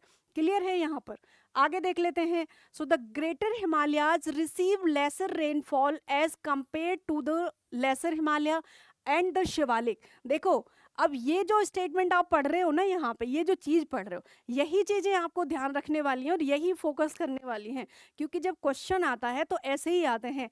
क्या ग्रेटर हिमालय में या फिर क्या महान हिमालय में जो बारिश होती है वो शिवालिक से ज़्यादा होती है या निम्न हिमालय से कम होती है? मान लो इंटरचेंज करके स्टेटमेंट दे देता है कि निम्न हिमालय में महान हिमालय की अपेक्षा वर्षा अधिक होती है, तो ये स्टेटमेंट आपका रॉन्ग हो जाएगा, है ना, अगर आपको पता है तो। अगर नहीं पता है तो आपको, अगर ये डिवीज़न नहीं पता है कि लेसर हिमालय कहाँ पर है, निम्न और ग्रेटर हिमालय कहाँ पर है, इनकी विशेषताएं क्या हैं, सो इसलिए क्लास में फोकस करना जरूरी है। और यहाँ से सवाल डायरेक्ट आएगा और कोई इसमें बड़ी बात नहीं है कि ये डायरेक्ट स्टेटमेंट आ जाए, ठीक है। तो इसलिए बहुत सारी चीज़ें यहाँ पर ऐसी हैं जो आपको लिख लेनी है। मैं ये कह रही हूँ आप नोट्स बना लो, उनके कुछ पॉइंट्स आप नोट कर लो, आप जो भी डायरी नोटपैड जो भी लेकर के बैठे हो। क्लियर? सो लघु हिमालय और शिवालिक की तुलना में जो महान हिमालय है यहाँ पर वर्षा कम होती है, यहाँ पर वर्षा कम होती है। क्लियर है? इसीलिए यहाँ का जो हिमांक बिंदु है, आप मुझे बताइए जो आपका हिमालय है ना, हिमालय का यानी कि वेस्टर्न हिमालय का हिमांक पॉइंट, ठीक है, ईस्टर्न हिमालय से ज़्यादा है या कम है? आप लोग मुझे बता सकते हैं कमेंट सेक्शन में, क्योंकि अब एक आइडिया आपको हो गया होगा इस चीज़ से, ये स्टेटमेंट पढ़ने के बाद आइडिया हो गया होगा मे बी। बारिश कम होती है इसका मतलब क्या है? ईस्टर्न में हिमांक जो होता है, हिमांक बिंदु ऊपर है वेस्टर्न की अपेक्षा। लवली आप ये, अवनी आप ये कहना चाह रहे हो ज्यादा होगा हिमांक, हिमांक नीचे होगा, ज्यादा होगा, ओके ज्यादा होगा। देखो आप ऐसे समझो इसको, मान लो ये वेस्टर्न हिमालय है, ठीक है, ये है वेस्टर्न हिमालय और ये आपका है ईस्टर्न हिमालय, राइट। अगर मान लो यहाँ पर बारिश कम हो रही है और ये आप मान लो ये आपका है ग्रेट हिमालय एंड यहाँ पर है लेसर हिमालय और ये है आपका शिवालिक, ठीक है, ये आपका है शिवालिक। अब इसको ऐसे समझो, यहाँ पर यहाँ की अपेक्षा बारिश कम हो रही है, ठीक है, यहाँ की अपेक्षा बारिश कम हो रही है। मैं इनको कंपैरेटिव कर रही थी ईस्टर्न हिमालय से, क्योंकि यहाँ तो बारिश होती है, जहाँ पर ज़्यादा बारिश हो रही है इसका मतलब क्या है कि बर्फ वहाँ पर जो बर्फ पड़ती है, जो स्नोफॉल होता है, जो बर्फ जमती है वो यहाँ की अपेक्षा कम जम रही होगी, इसीलिए बारिश हो रही है। अगर यहाँ पर तापमान ज़्यादा कम होता तो यहाँ पर ज़्यादा स्नो जो है वो जमा हो जाती है ना। यहाँ पर चूंकि स्नो काफ़ी पहले पड़ना शुरू हो जाती है ईस्टर्न की तुलना में। इसका मतलब यहाँ का जो हिमांक पॉइंट है वो नीचे है, लो है, राइट। ईस्टर्न हिमालय का जो हिमांक बिंदु है वो हाई है, इसीलिए तो यहाँ पर काफ़ी ऊपर तक बारिश हो जाती है ना। लेकिन अभी जो ये क्वेश्चन मैं पूछ रही थी, ये एक चीज हो गई, ये आप ध्यान रखिए। वेस्टर्न हिमालय का जो हिमांक बिंदु है वो लो है, वहां का ज्यादा है। दूसरी चीज, ग्रेटर हिमालय में लेसर हिमालय की तुलना में वर्षा कम होती है। क्यों? क्योंकि बर्फ ज्यादा पड़ती है। लेसर हिमालय में शिवालिक की तुलना में वर्षा कम होती है। क्यों? क्योंकि यहाँ की तुलना में यहाँ बर्फ ज्यादा पड़ती है। इस चीज को आप ऐसे समझिए, यहाँ पर क्लियर है ये चीज। आगे देख लेते हैं हम लोग। So, physical weathering is less effective over the greater Himalayas as compared to the other range. एक और important चीज, जो फिजिकल वेदरिंग होती है, यानी कि यहाँ पर जो भौतिक अपक्षय होता है, जो चट्टानों का अपर्दन होता है, अपक्षय होता है, वो बहुत कम प्रभावी होता है ग्रेटर हिमालय में। ये चीज आपको ध्यान रखनी है दूसरे रेंज की अपेक्षा। इसी तरीके के स्टेटमेंट क्वेश्चन में पूछे जाते हैं, इसी तरीके के स्टेटमेंट्स पूछे जाते हैं। And almost all the lofty peaks in Himalayas are located in this range. और ज़्यादातर जो ऊंची चोटियां हैं वो कहाँ पर हैं? वो ग्रेटर हिमालय में ही हैं। बाकी ट्रांस हिमालय की बात अलग है, जो हमने पढ़ा था, काराकोरम, जास्कर, लद्दाख एंड कैलाश, है ना। अभी हम ग्रेटर हिमालय की बात कर रहे हैं। सो जो भी ऊंची चोटियां हैं हिमालय की, वो ग्रेटर हिमालय में है। क्लियर है? क्लियर है यहाँ पर ये आपको? अच्छा, एक चीज, ब्रेक लेना है, 5 मिनट का ब्रेक लेना है। ब्रेक ले लीजिए 5 मिनट का, ठीक है। फिर हम लोग लौटते हैं वापस क्लास में। हाँ जी, हाँ जी, ठीक है, ठीक है, ब्रेक ले लेते हैं 5 मिनट। ठीक है, पानी वानी पियो, 5 मिनट आराम से, फिर वापस होते हैं।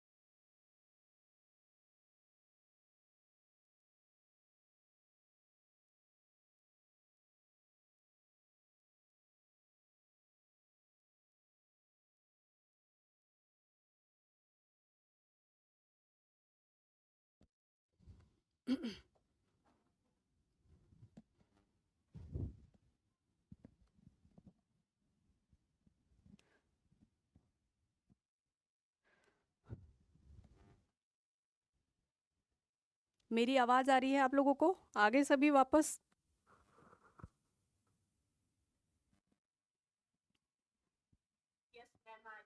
ओके ओके, आ रही है, ठीक है ठीक। ठीक है, शुरू कर लेते हैं, है ना। यहाँ पर हम देख रहे थे ग्रेटर हिमालय के बारे में। So the notable one are Mount Everest. Mount Everest के बारे में हम जानेंगे। एंड माउंट एवरेस्ट की जो हाइट है वो कितनी है?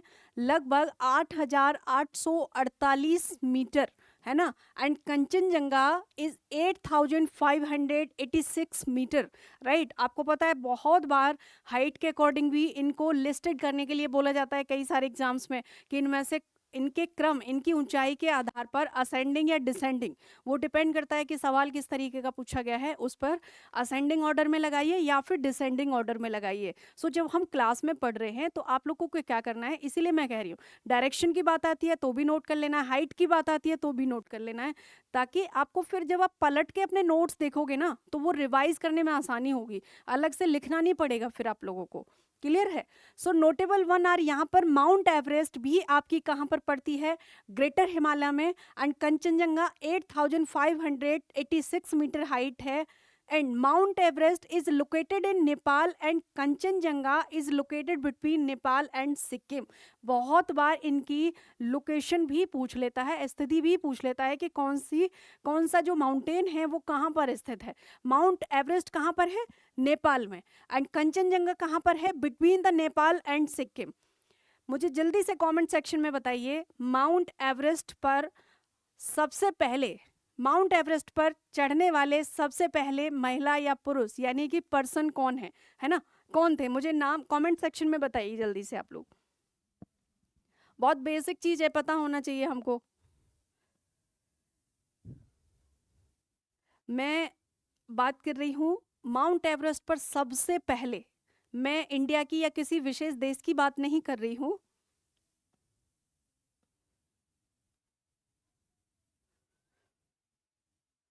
यानी कि सबसे पहले माउंट एवरेस्ट पर कौन गया था, उनका नाम बताइए।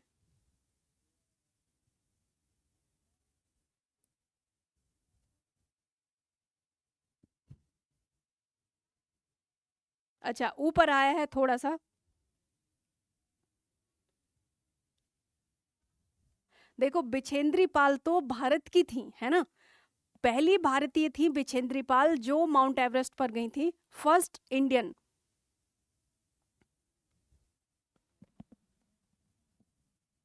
बिल्कुल, एडमंड हिलेरी। और पहली महिला कौन सी थी? पहली महिला,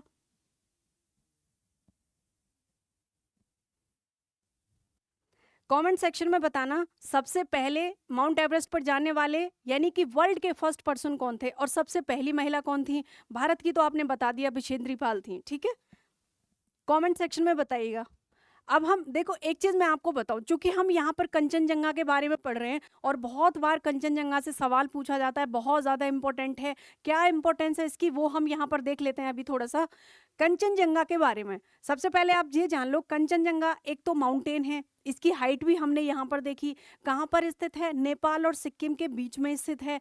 दूसरी बात, ये जो कंचनजंगा है ये एक बायोस्फीयर रिजर्व भी है। अब आप बोलोगे बायोस्फीयर रिजर्व तो बहुत सारे हैं भारत में, है ना, लेकिन कंचनजंगा का ही हम डिस्कशन यहाँ पर क्यों कर रहे हैं? सो उसके दो कारण हैं। पहला कारण है क्योंकि हम यहाँ पर कंचनजंगा के बारे में पढ़ रहे हैं। दूसरी बात, जो कंचनजंगा बायोस्फीयर रिजर्व है ये कई कारणों से बहुत स्पेशल है, कई सारी वजह से बहुत इंपॉर्टेंट है और बहुत विशेष है। आप लोग मुझे कमेंट सेक्शन में क्या बता सकते हैं कि भारत में कितने बायोस्फीयर रिजर्व हैं?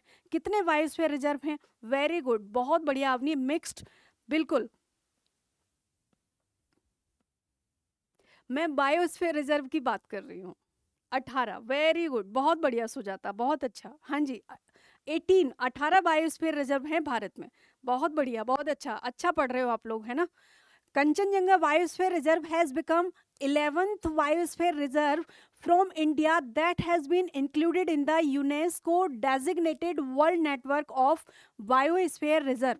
यानी कि जो कंचनजंगा बायोस्फीयर रिजर्व है ये 11वां ऐसा बायोस्फीयर रिजर्व बन गया है जिसे कि यूनेस्को के द्वारा विश्व के बायोस्फीयर रिजर्व नेटवर्क में शामिल किया हुआ है, मतलब कि वर्ल्ड लेवल पर इसको शामिल किया है यूनेस्को ने। ऐसा ये 11वां बायोस्फीयर रिजर्व बना है भारत का। क्लियर है, आगे देख लेते हैं। So the decision was taken at 30th session of International Coordinating Council of Man and Biosphere Program of UNESCO। कहाँ पर हुआ था ये प्रोग्राम? सो ये प्रोग्राम आपका हुआ था पालेमबाग, इंडोनेशिया। जो पालेमबाग है ये इंडोनेशिया का एक सिटी है, वहाँ पर हुआ था, राइट। यानी कि यूनेस्को का 30वां सत्र हुआ था, 30वीं काउंसिल हुई थी पालेमबाग में, जो कि इंडोनेशिया में पड़ता है।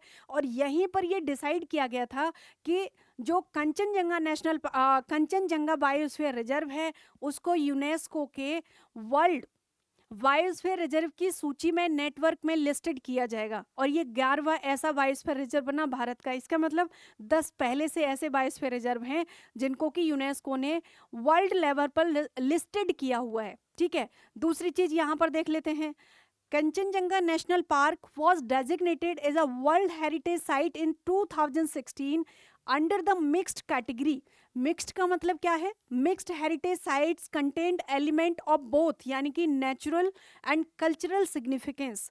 ये एक ऐसा नेशनल पार्क है, कंचनजंगा नेशनल पार्क, जिसके दो तरीके से इसका महत्व है, प्राकृतिक और सांस्कृतिक रूप से। इसीलिए यूनेस्को ने 2016 में इसको कंचनजंगा नेशनल पार्क को वर्ल्ड हेरिटेज साइट में लिस्ट किया था 2016 में। किसमें? मिक्स्ड हेरिटेज साइट में, राइट। क्लियर है यहाँ पर ये चीज? आगे देख लेते हैं। So world third highest peak, दूसरी बात, विश्व की तीसरी सबसे ऊंची चोटी है कंचनजंगा, ये आपको पता होगा। And mount Kanchenjunga is situated with in the park numerous lakes and glaciers including the 26 kilometer Jemo glacier are part of the biosphere reserve। यानी कि जो जेमो ग्लेशियर है ये कंचनजंगा बायोस्फीयर रिजर्व का पार्ट है। जेमो ग्लेशियर कंचनजंगा बायोस्फीयर रिजर्व का पार्ट है। तो अगर कभी ग्लेशियर्स के बारे में आता है और जेमो ग्लेशियर के बारे में आता है तो आपको ये पता है ये कहाँ पर पड़ता है? कंचनजंगा पर। अगर बायोस्फीयर रिजर्व के बारे में आता है तो कंचनजंगा बायोस्फीयर रिजर्व कहाँ पर है? जेमो ग्लेशियर यहीं पर पड़ता है। क्लियर है ये चीज? आगे देख लेते हैं। Man and biosphere reserve programme जो हम बोल रहे थे ना यहाँ पर, ये मैन एंड बायोस्फीयर रिजर्व जो प्रोग्राम है ये किसका है? यूनेस्को का। सो ये प्रोग्राम क्या है ये जान लेते हैं। Man and biosphere reserve programme के बारे में जान लेते हैं ये क्या है। सबसे पहली बात, लॉन्च कब हुआ था? 1971 में, launched in 1971 by UNESCO. Clear? किसके द्वारा? यूनेस्को के द्वारा। सो 1971 में यूनेस्को ने man and biosphere reserve programme को लॉन्च किया था and is an intergovernmental, ये एक अंतर सरकारी साइंटिफिक प्रोग्राम है। इंटर गवर्नमेंटल, अगर मान लो कभी आ जाए कि man and biosphere reserve programme is an non profitable या फिर non governmental organisation, non governmental नहीं है, इंटर गवर्नमेंटल ऑर्गेनाइजेशन है। सो ये छोटे छोटे से की टर्म्स होते हैं वो हमें ध्यान रखने होते हैं, है ना। ये intergovernmental and scientific programme है that aims to establish the scientific basis for the improvement of relationship between people and their environment. Scientific programme है जिसका उद्देश्य क्या था?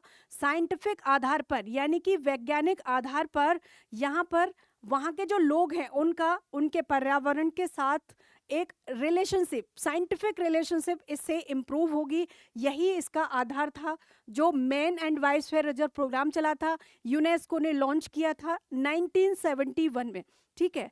और इसी के तहत, इसी के अंडर में कंचनजंगा बायोस्फीयर रिजर्व को यूनेस्को ने वर्ल्ड बायोस्फीयर रिजर्व नेटवर्क में शामिल किया हुआ है। और जो कंचनजंगा नेशनल पार्क है, नेशनल पार्क को मिक्स्ड हेरिटेज साइट में लिस्टेड किया था यूनेस्को ने 2006 में, लेकिन जो बायोस्फीयर रिजर्व है उसको वर्ल्ड बायोस्फीयर रिजर्व नेटवर्क में शामिल किया। दोनों चीज़ अलग अलग हैं, ये ध्यान रखनी है, दोनों अलग अलग चीज़ें हैं, है ना। ईयर भी अलग है, दोनों चीजें भी अलग है, सो ध्यान रखना है इसको। बायोस्फीयर रिजर्व क्या होता है इसके बारे में जान लेते हैं कि बायोस्फीयर रिजर्व होता क्या है। So the idea of biosphere reserve was initiated by UNESCO in 1974 under the man and biosphere reserve programme. यानी कि जो शब्द आया था बायोस्फीयर रिजर्व, ये जो वर्ड आया है बायोस्फीयर रिजर्व, हम बहुत बार इसको पढ़ते हैं, ये शब्द कहाँ से आया? सबसे पहले 1974 में 1974 में यहाँ पर यूनेस्को के द्वारा ये इनिशिएटिव लिया गया था, बायोस्फीयर रिजर्व जो टर्म है ये इंट्रोड्यूस किया गया, right, under the man and biosphere reserve programme. इसका मतलब क्या हुआ कि ये जो प्रोग्राम है ये इसके पहले का होगा। Man and biosphere reserve programme के तहत बायोस्फीयर रिजर्व शब्द को इंट्रोड्यूस किया गया इन 1974 बाय यूनेस्को। क्लियर है? सो बायोस्फीयर रिजर्व टर्म बाद में आया, man and biosphere reserve programme पहले का है। ये चीज़ यहाँ पर ध्यान रखनी है। बहुत बार ऐसा हो सकता है कि इस प्रोग्राम के बारे में इसके थ्रू पूछ लिया जाए, सो ये चीज़ यहाँ पर क्लियर करनी है आपको। And the objective of program was to obtain international cooperation for the conservation of biospheres। इस जो कार्यक्रम था ये मैन एंड बायोस्फीयर प्रोग्राम या बायोस्फीयर रिजर्व, इसका उद्देश्य क्या था? इसका उद्देश्य था जो बायोस्फीयर्स हैं उनके लिए अंतर्राष्ट्रीय सहयोग प्राप्त करना, उनके कंजर्वेशन के लिए, उनके सहयोग के लिए इंटरनेशनल लेवल पर कॉर्पोरेशन प्राप्त करना, सहयोग प्राप्त करना। इसीलिए ये प्रोग्राम चलाया और इसी प्रोग्राम के तहत इन 1974 में by UNESCO biosphere reserve word को यहाँ पर इंट्रोड्यूस किया गया। क्लियर है? यहाँ तक क्लियर है? यहाँ तक क्लियर है आप लोगों को? देखो यहाँ पर ये दोबारा देख लो आप, काराकोरम, लद्दाख, जास्कर, पीर पंजाल, ठीक है। अब यहाँ पर आप क्या देख रहे हैं? ये कैलाश रेंज है ना। यहाँ पर ये कैलाश रेंज है, चूंकि हम हिमालय के बारे में पढ़ रहे थे, ग्रेटर हिमालय के बारे में हम लोग यहाँ पर पढ़ रहे थे, राइट। ये आपका क्या है? पूर्वांचल हिल्स, एंड ये है आपकी कंचनजंगा। यहाँ पर ये है कंचनजंगा, ये कंचनजंगा है यहाँ पर, ठीक है। क्लियर है? आगे देख लेते हैं। अब हम जानेंगे यहाँ पर लेसर हिमालय, निम्न हिमालय या लघु हिमालय के बारे में, है ना। अभी तक हमने ग्रेटर हिमालय देखा, अब हम देखेंगे लेसर हिमालय, या हम इसको निम्न हिमालय बोलते हैं या फिर इसको लघु हिमालय बोलते हैं, इसके बारे में यहाँ पर देखेंगे। So it is the middle range of Himalaya. हमने देखा यहाँ पर ऐसे, आप देखिए ये क्या है? ये है ट्रांस हिमालय। ये क्या है? ये है ग्रेटर हिमालय। और ये क्या है? ये है लेसर हिमालय। इसके बाद यहाँ पर क्या आता है? यहाँ पर आता है शिवालिक, राइट, ये आता है शिवालिक। सो जो लेसर हिमालय है ये मिडिल रेंज है, इसके और इसके बीच में पड़ता है, इसलिए ये क्या हो गया? ये मिडिल रेंज हो गया। क्लियर है? ये मिडिल रेंज है। And height of this range vary from 3700 to 4500 metre, यानी कि लगभग 3700 से 4500 मीटर के बीच में इसकी जो एवरेज हाइट है वो वेरी करती है। हम निम्न हिमालय की बात कर रहे हैं जो कि शिवालिक और ग्रेटर हिमालय के बीच में पड़ता है। And its width vary up to 80 kilometre, और इसकी जो चौड़ाई है वो लगभग 80 किलोमीटर तक वेरी करती है। निम्न हिमालय की चौड़ाई लगभग 80 किलोमीटर तक वेरी करती है। And the major rocks of this range are slate, limestone, quartzite. ये जो श्रेणी है लेसर हिमालय, यहाँ की जो प्रमुख चट्टानें हैं लेसर हिमालय की, इधर लिखती हूँ मैं, है ना। लेसर हिमालय की जो प्रमुख चट्टानें हैं वो किससे बनी है? अगर कंपोजिशन की आप बात करोगे तो लाइमस्टोन यानी कि चूना पत्थर, क्वार्टाइज और स्लेट, चूना पत्थर, क्वार्टाइज और स्लेट से ये चट्टानें बनी हैं। सो बहुत बार हो सकता है कि आपको ये पूछ लिया जाए, ये भी आपको ध्यान रखना है ना। आगे देख लेते हैं। Pir Panjal, Dhauladhar and Mahabharat are the mountain range found in this part. यानी कि ये जो पार्ट है आपका, हमने यहाँ पर भी देखा, यहाँ पर आप देखिए पीर पंजाल, या आप देख रहे हैं यहाँ पर, ठीक है, पीर पंजाल यहाँ पर है। एंड यहाँ पर ये शिमला भी आपको मिलेगा देखने को, राइट। बाकी भी यहाँ पे आप देखेंगे। सो ये जो है पीर पंजाल, धौलाधर एंड महाभारत रेंज कहाँ पर पड़ते हैं? लेसर हिमालय का पार्ट है, लेसर हिमालय में पड़ते हैं। And major hill station of Himalayas are located in this range. जो मुख्य हिल स्टेशन हैं हिमालय के वो इसी रेंज में पड़ते हैं, जैसे कि शिमला, मसूरी, नैनीताल, अल्मोड़ा, रानीखेत, दार्जिलिंग, है ना। आप फैमिलियर होंगे इनसे, राइट। ये यहीं पर बनते हैं। किस किस ने विजिट किया है यहाँ से किसी भी एक या दो हिल स्टेशन में? आप यहाँ पर देखिए, शिमला है, मसूरी है, राइट, यहाँ पर आप देख रहे हैं मसूरी है यहाँ पर, एंड यहाँ पर अल्मोड़ा है, नैनीताल है, कुमायूं है। ये कहाँ पर पड़ते हैं? ये आपके लेसर हिमालय में पड़ते हैं। शिमला गए हो, वेरी गुड, बहुत बढ़िया, बहुत अच्छी बात है। सो यहाँ पर आप देखिए ये क्या है, ये दार्जिलिंग का व्यू है ना। इस तरीके से दार्जिलिंग में जो ग्रीनरी है वो देखने को मिलती है। यहाँ पर लॉन्गिट्यूडनल वैलीज होती हैं जिनको दून कहा जाता है, ठीक है। दार्जिलिंग में लॉन्गिट्यूडनल वैलीज होती हैं जिनको दून कहा जाता है। अभी जब हम आगे पढ़ेंगे तो देखेंगे। और बहुत ज़्यादा सीनेटिक ब्यूटी होती है, बहुत ज़्यादा सुंदर होते हैं। शिमला, धौलाधर, वेरी गुड, बहुत बढ़िया। आगे देख लेते हैं दार्जिलिंग हिमालयन रेलवे। अच्छा, अब एक इंपॉर्टेंट चीज, अभी मैंने आपको यहाँ पे बताया कि यहाँ पर दार्जिलिंग भी एक मेन इंपॉर्टेंट यानी कि one of the prominent hill station है इन हिमालय, राइट। हिमालय के प्रमुख हिल स्टेशन में से एक दार्जिलिंग भी है। दार्जिलिंग भी बहुत इंपॉर्टेंट है हमारे लिए। एक तरीके से बहुत सारे सवाल ना, जरूरी नहीं कि आपको यहाँ की पहाड़ियाँ पूछ ली जाएं, यहाँ की लोकेशन पूछ ली जाए, घाटियाँ पूछ ली जाएं। और भी बहुत सारी चीज़ें ऐसी हैं दार्जिलिंग की जो एग्जाम्स में पूछी जाती हैं। हम वहाँ यहाँ पर वो भी डिस्कस कर लेते हैं, वो भी हम यहाँ पर डिस्कस कर लेते हैं, राइट। ये भी हम यहाँ पर डिस्कस कर लेते हैं। आगे देख लेते हैं हम इसको। अच्छा, एक चीज, ये शिवालिक में पड़ता है, शिवालिक में, है ना। आगे देख लेते हैं हम यहाँ पर दार्जिलिंग के बारे में।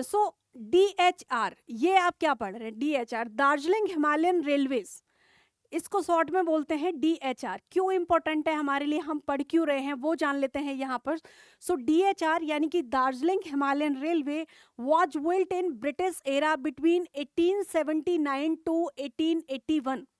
दार्जिलिंग हिमालयन रेलवे ब्रिटिश काल में बनी थी, ब्रिटिश एरा में बनी थी। और कब बनी थी? लगभग 1879 से 1881 के बीच में बनी थी।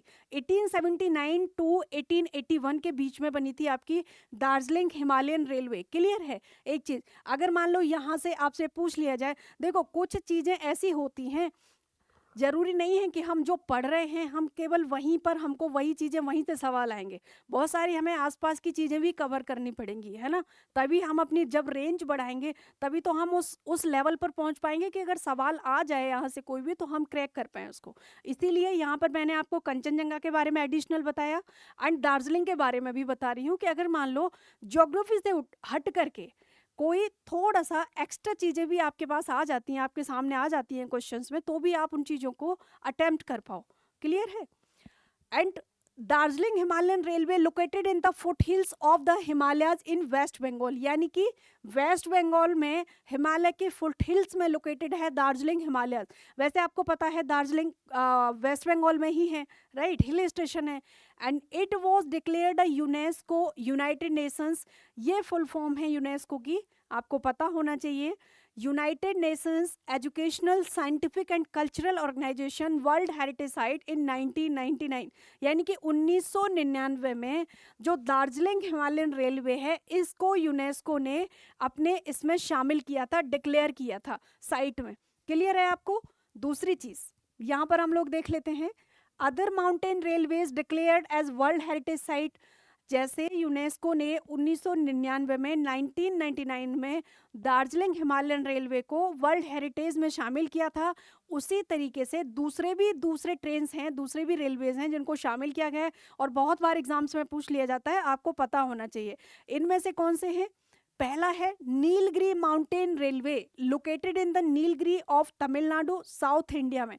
इसको 2005 में लिस्टेड किया था यूनेस्को ने,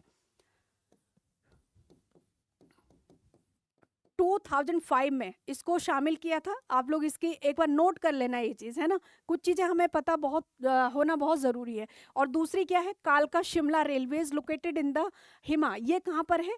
ये भी हिमालय में है और इसको भी लिस्टेड किया था यूनेस्को ने, कालका शिमला को वर्ल्ड हेरिटेज साइट में। क्लियर है? यहाँ पर आप देखिए, ये है Darjeeling heritage railway, Darjeeling heritage railway है ये। दार्जिलिंग हेरिटेज रेलवे, कालका शिमला या फिर नीलगिरी रेलवेज, किसने ट्रेवल किया है इनमें? ट्रेवल किया है किसी ने आप में से? किसी स्टूडेंट ने ट्रेवल किया है इनमें से? बोर तो नहीं हो रहे हो आप लोग? थके तो नहीं हो? अच्छे, ट्रेवल किया है। अजय बोल रहे हैं अजय ने किया है, कालका में किया है, वेरी गुड, बहुत बढ़िया। अच्छा, आप सभी हिमाचल से ही हो? नहीं की वेरी गुड, बहुत बढ़िया। हिमाचल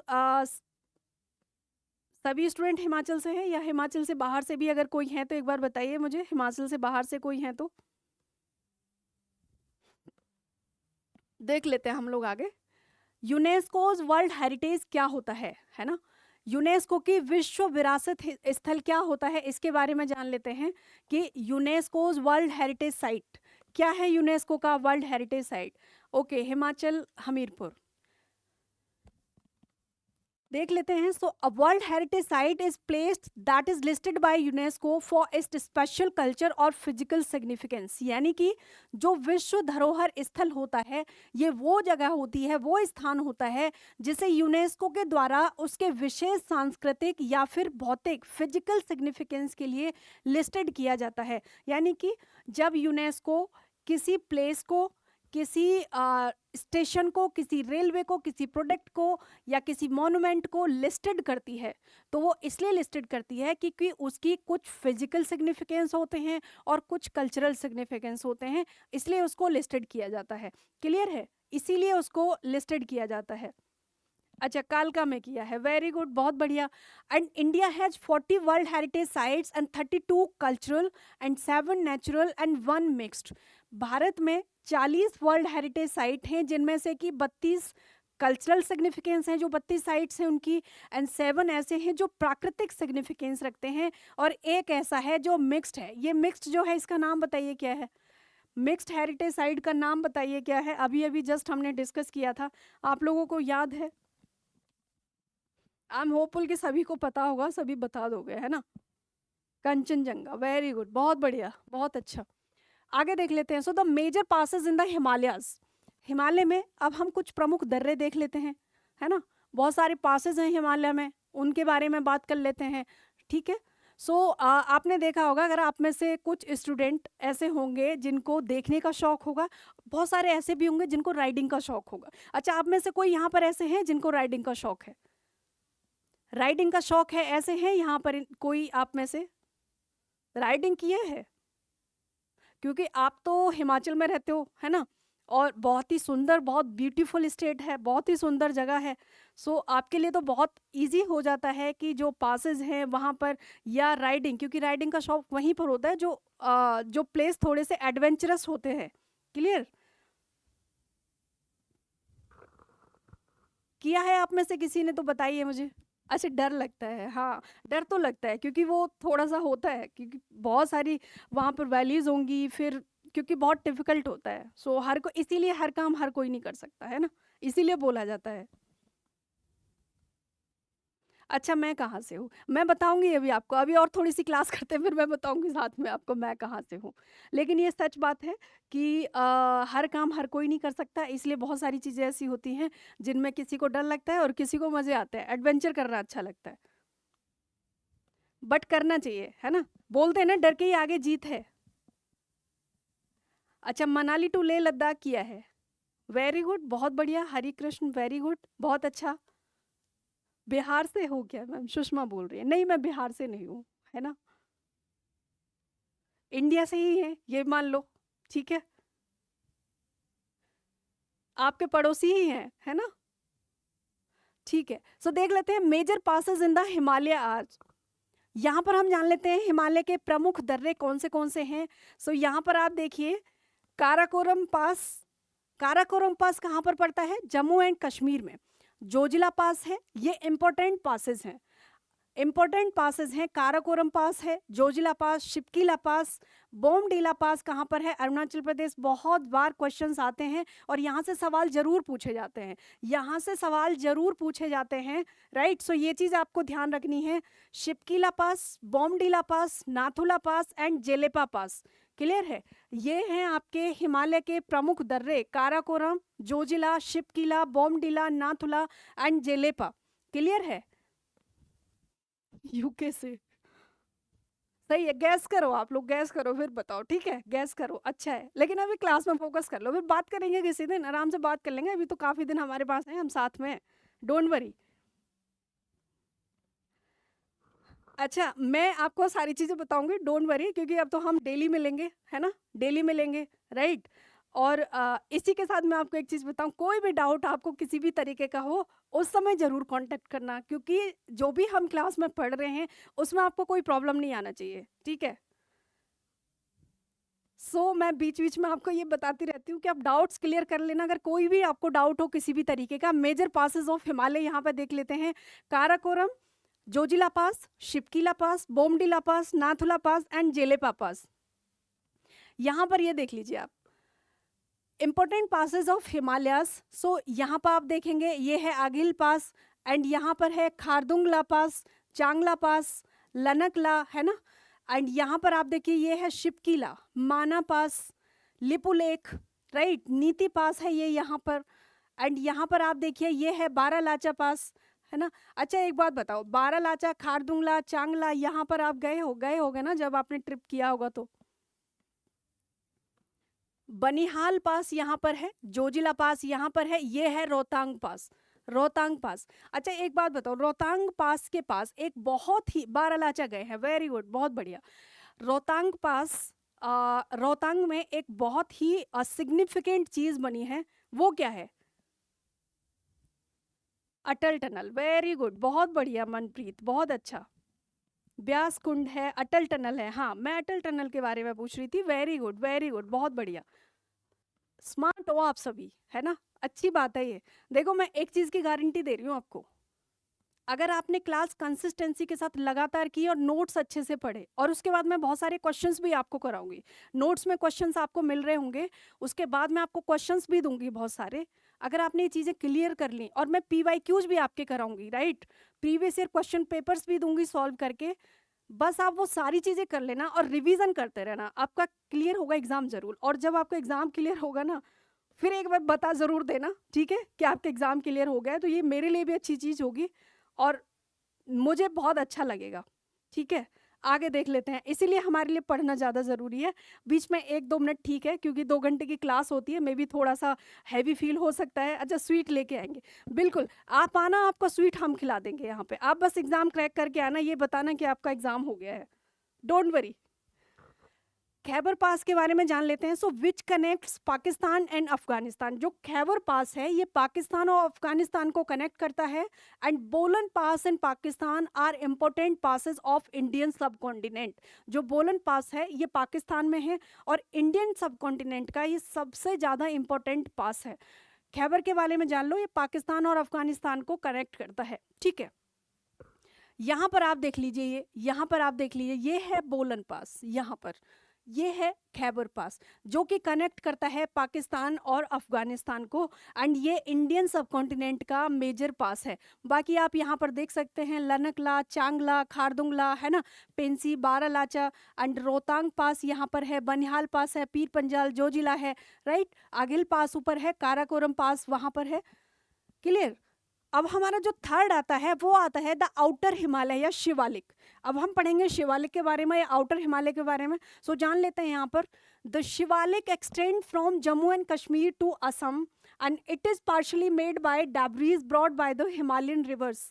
यानी कि जो शिवालिक पर्वतमाला है, जो शिवालिक माउंटेन्स हैं, वो जम्मू एंड कश्मीर से असम तक फैले हुए हैं। कहाँ से कहाँ तक? जम्मू एंड कश्मीर से असम तक, JNK टू असम, यानी कि नॉर्थ ईस्ट तक फैले हुए हैं शिवालिक। ये चीज़ आपको ध्यान रखनी है। And it is partially made bye debris broad by the Himalayan reverse.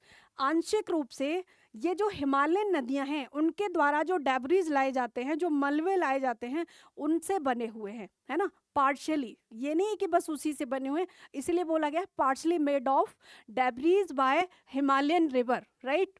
आगे देख लेते हैं। It is the most discontinuous range, यानी कि सबसे ज्यादा असंतत श्रेणी है। बाकी ग्रेटर हिमालय, लेसर हिमालय और की अपेक्षा जो आउटर हिमालय है, जो शिवालिक है, वो सबसे ज़्यादा इन दोनों में डिसकंटिन्यूस रेंज है, असंतत श्रेणी है, ये भी हमें ध्यान रखना है। And the longitudinal valleys found between the Shivalik and the lesser Himalaya are called duns in west and duars in east. यानी कि जो शिवालिक है उसमें लॉन्गिट्यूडनल वैलीज पाई जाती हैं। शिवालिक रेंज में लॉन्गिट्यूडनल वैलीज पाई जाती हैं। राइट, वैलीज होती हैं। ये वेस्ट में इनको क्या कहा जाता है? वेस्ट में इनको कहा जाता है डून्स, और ईस्ट में क्या कहा जाता है? ईस्ट में इनको कहा जाता है द्वार। राइट, जैसे आप देखेंगे अगर आप उत्तराखंड में, जैसे कि देहरादून है, राइट, देहरादून क्या है? जो देहरादून के पीछे दून लगा ना, क्योंकि वो एक लॉन्गिट्यूडनल वैलीज में सिचुएटेड है, स्थित है, इसीलिए उसको नाम दिया गया है देहरादून, यानी कि जो देहरा है वो उसका नाम है, दून वैली का नाम दिया गया है। क्लियर है? और द्वार पढ़ते हैं, बात एक ही है, दून और द्वार एक ही बात होती है। ये लॉन्गिट्यूडनल वैली होती हैं, अनुदैर्घ्य घाटियां होती हैं, लेकिन इनको ईस्ट में यानी कि पूर्व में द्वार कहा जाता है, और पश्चिम में यानी कि वेस्ट में इनको दून कहा जाता है। और ये शिवालिक हिमालय और लेसर हिमालय के बीच में पाई जाती हैं। ये चीज़ आपको यहाँ पर ध्यान रखनी है, यानी कि शिवालिक हिमालय और लेसर हिमालय में पाई जाती हैं लॉन्गिट्यूडनल वैलीज, जिनको वेस्ट में दून और ईस्ट में द्वार कहा जाता है। क्लियर है यहाँ पर सभी को? क्लियर है? आगे देख लेते हैं अभी हम पूर्वांचल हिल्स के बारे में। पूर्वांचल हिल्स के बारे में जान लेते हैं यहाँ पर कि पूर्वांचल हिल्स क्या है जी। So these are eastern offshore of Himalaya, यानी कि जो पूर्वांचल हिल्स है, पूर्वांचल पहाड़ियाँ हैं, ये हिमालय की पूर्वी शाखा है। हम लोग पढ़ भी रहे थे ना ऐसे, ये हिमालय की पूर्वी शाखा है जो असम, अरुणाचल वहाँ तक फैले हुए हैं, और उत्तर पूर्वी राज्यों में पूरा ये फैला हुआ है। And it's extended in the north eastern states of India. Bharat के उत्तर पूर्वी राज्यों तक हिमालय का जो एक्सटेंशन है, जो विस्तार है, उसको ही बोला गया है पूर्वांचल हिल्स या पूर्वी पहाड़ियाँ। ठीक है? And most of these hills are located along the border of India and Myanmar, while other states are inside India. यानी कि ज़्यादातर इन पहाड़ियों का जो विस्तार है, जो एक्सटेंशन है, वो यहाँ पर भारत के बॉर्डर जो स्टेट्स हैं वहाँ पर, और बीच नीचे म्यांमार पड़ता है, फिर है ना, मिजोरम, त्रिपुरा के आसपास, तो यहाँ म्यांमार तक ये फैला हुआ है। और जितने भी स्टेट्स इनसाइड आते हैं, इनसाइड बॉर्डर ऑफ इंडिया, वहाँ पर इनका विस्तार है। जैसे कि असम हो गया, सिक्किम हो गया, है ना, ये पूरे नॉर्थ ईस्ट में विस्तार है। कहाँ तक? म्यांमार तक। क्लियर है ये चीज़?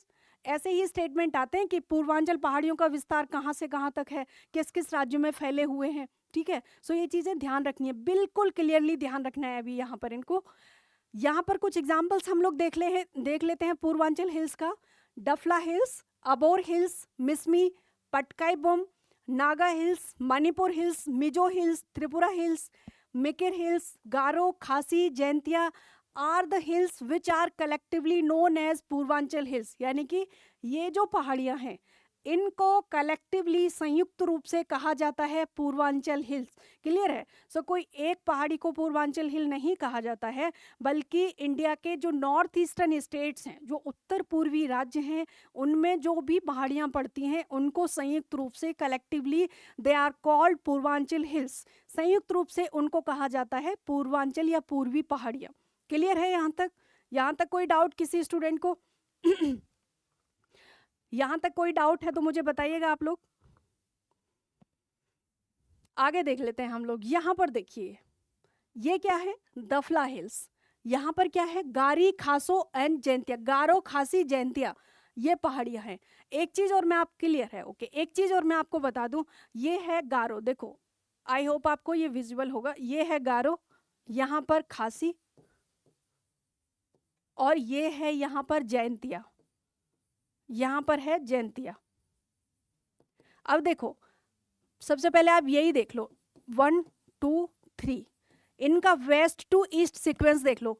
सबसे पहले गारो आती है, फिर खासी, फिर जैंतिया। बहुत बार सवाल पूछा जाता है, ये ध्यान आप रखिए।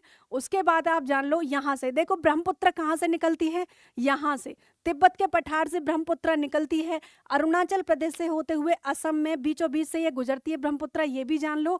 और यहीं पर काजीरंगा नेशनल पार्क के साउथ बैंक ऑफ ब्रह्मपुत्र पर, ठीक है, सो ब्रह्मपुत्र असम के बीचों बीच से बहती है। ये आप एक चीज़ देख लो। गारो, खासी, जैंतिया देख लिया। मिकेर हिल्स हैं ये, यहाँ पर देखेंगे आप मिसमी हिल्स पड़ती हैं, यहाँ पर दफला हिल्स हैं, राइट। एंड यहाँ पर आप देखिए, ये है मिजो हिल्स, यहाँ पर त्रिपुरा हिल्स हैं। सो ये पूरे कलेक्टिवली इनको पूर्वांचल हिल्स कहा जाता है या पूर्वी पहाड़ियाँ कहा जाता है। क्लियर है यहाँ तक? यहाँ तक कोई डाउट किसी स्टूडेंट को तो मुझे बताइएगा। जब हम लोग मैपिंग करेंगे, जब हमारे कुछ टॉपिक्स कंप्लीट हो जाएंगे, तो फिर मैं आपको मैपिंग कराऊंगी, और पूरी मैपिंग भारत की एक ही दिन में करा दूंगी, ठीक है। सो यहाँ पर जैसे कि मान लो ये स्टेट है, ये एक जैसे एक कंट्री है, इंटरनेशनल बॉर्डर है भारत का, ये कितने देशों के साथ लगता है, भारत के कितने राज्य ऐसे हैं जो अंतर्राष्ट्रीय सीमा बनाते हैं, राइट। ये सारी चीज़ें हम लोग यहाँ पर करा देंगे, है ना। ये सारी चीज़ें हम लोग यहाँ पर, हाँ एक चीज़ और, मोस्टली देखो जब हम पढ़ रहे हैं यहाँ पे, सो आपको मैं सीक्वेंस बताती चलूंगी, लेकिन मोस्टली जो सीक्वेंस में आपको नॉर्थ टू साउथ या ईस्ट टू वेस्ट बताऊंगी, वो जब हम मैपिंग करेंगे ना, क्योंकि फिर क्या होता है कि वो रिदम एक जैसी चलती होती है क्लास में, है ना। सो वहाँ पर मैं आपको सारी चीज़ें क्लियर करूंगी, डोंट वरी। क्वेश्चंस बनाने में डेली बेसिस पे आपको सिखाऊंगा, मे भी थोड़ा सा आइडिया आपको हो गया होगा कल और आज में, है ना। आगे देख लेते हैं हम लोग इम्पोर्टेंस ऑफ हिमालयस, यहाँ पर देख लेते हैं इम्पोर्टेंस ऑफ हिमालयस। तो हिमालय का इम्पोर्टेंस क्या है, सिग्निफिकेंस क्या है हिमालय का। अच्छा यहाँ पर आप ये देख लो, ये देखो मिसमी हिल्स कहाँ पर पड़ती हैं, मिकिर हिल्स कहाँ पर पड़ती हैं, और मिजो हिल्स, इनका आप देख लो north to south. Number 1 Mishmi, number 2 पर मिकिर, एंड नंबर 3 मिजो।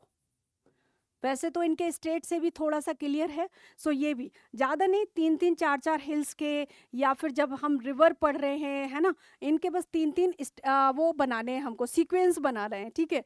और मैं आपको बताऊं जब हम ये चीज़ें करते हैं ना, सवाल ऐसे हमारे नोट से आते हैं, सवाल हमारे नोट्स से हमें देखने को मिलते हैं वहाँ पर, जब हम इस तरीके से चीज़ों को करना सीख जाते हैं। तो आपने एक चीज़ नोटिस की है, बुक्स सेम होती हैं सबके पास, इंस्टीट्यूट भी लगभग सेम सेम ही पढ़ाते हैं, ठीक है, क्योंकि बुक्स सेम है, सोर्सेज सेम है, लेकिन कुछ चीज़ें अलग होती हैं, है ना। और वहीं पर कुछ बच्चों का निकल जाता है, कुछ का नहीं निकल जाता है। क्यों? क्योंकि वो एक लेवल पर पहुंच जाते हैं। बहुत सारी चीज़ें ना हमें खुद करनी पड़ती हैं, न्यू चीज़ें मैं आपको बताऊंगी, यहाँ पर मैं क्वेश्चंस बनाना भी सिखाऊंगी और सॉल्व करना भी सिखाऊंगी।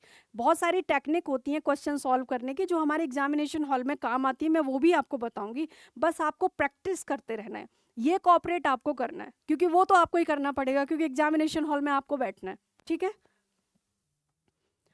इम्पोर्टेंस ऑफ हिमालयस हम यहाँ पर देख लेते हैं कि बाहर हिमालय का महत्व क्या है। सो सबसे पहली चीज़ यहाँ पर, Himalayas block south west monsoon winds and cause heavy rainfall to India, यानी कि हिमालय दक्षिण पश्चिम मानसून हवाओं को रोकता है और उत्तर भारत में भारी वर्षा का कारण बनता है। अब ये कैसे रोकता है, मान लो ये इंडिया है, आप ऐसे जानो, यहाँ पर क्या है, बे ऑफ बंगाल, यहाँ पर क्या है, अरेबियन सी, यहाँ पर क्या है, इंडियन ओशन। तो जब मानसून आता है तो हवाएं यहाँ से ऐसे चलती हैं, यहाँ से ऐसे चलती हैं, है ना, ऐसे हवाएं जब जाती हैं, और जब यहाँ पर हिमालय इधर नॉर्थ में जब जाती है तो यहाँ पहाड़ियों से टकरा, जैसे यहाँ से हवाएं वेस्टर्न घाट में जो पहाड़ी पड़ती हैं वहाँ टकरा जाती हैं तो बारिश हो जाती है। वैसे ही जब हिमालय तक पहुँचती हैं तो वहाँ पर वो टकरा जाती हैं और बारिश हो जाती है। यही वजह है कि दक्षिण पश्चिमी मानसूनी हवाओं को रोकता है, यानी कि दक्षिण से पश्चिम से मानसूनी हवाएं जाती हैं जिनको हिमालय रोकता है, और नॉर्थ इंडिया में उनसे भारी वर्षा होती है, बारिश होती है। नहीं तो बताओ, यहाँ पे तो कहीं सागर महासागर समुद्र है नहीं, हवाएं तो यहीं से जाती हैं ये, है ना। जो नॉर्थ इंडिया में बारिश होती है हवाएं तो साउथ से जाती हैं, है ना, दक्षिण पश्चिम मानसून से ही जाती है ना वो हवाएं जिनकी वजह से बारिश होती है, उनको रोकता कौन है, हिमालय। सो ये एक इंपॉर्टेंस है, ये एक महत्व है हिमालय का भारत के लिए, हमारे लिए, क्लियर है। दूसरी चीज,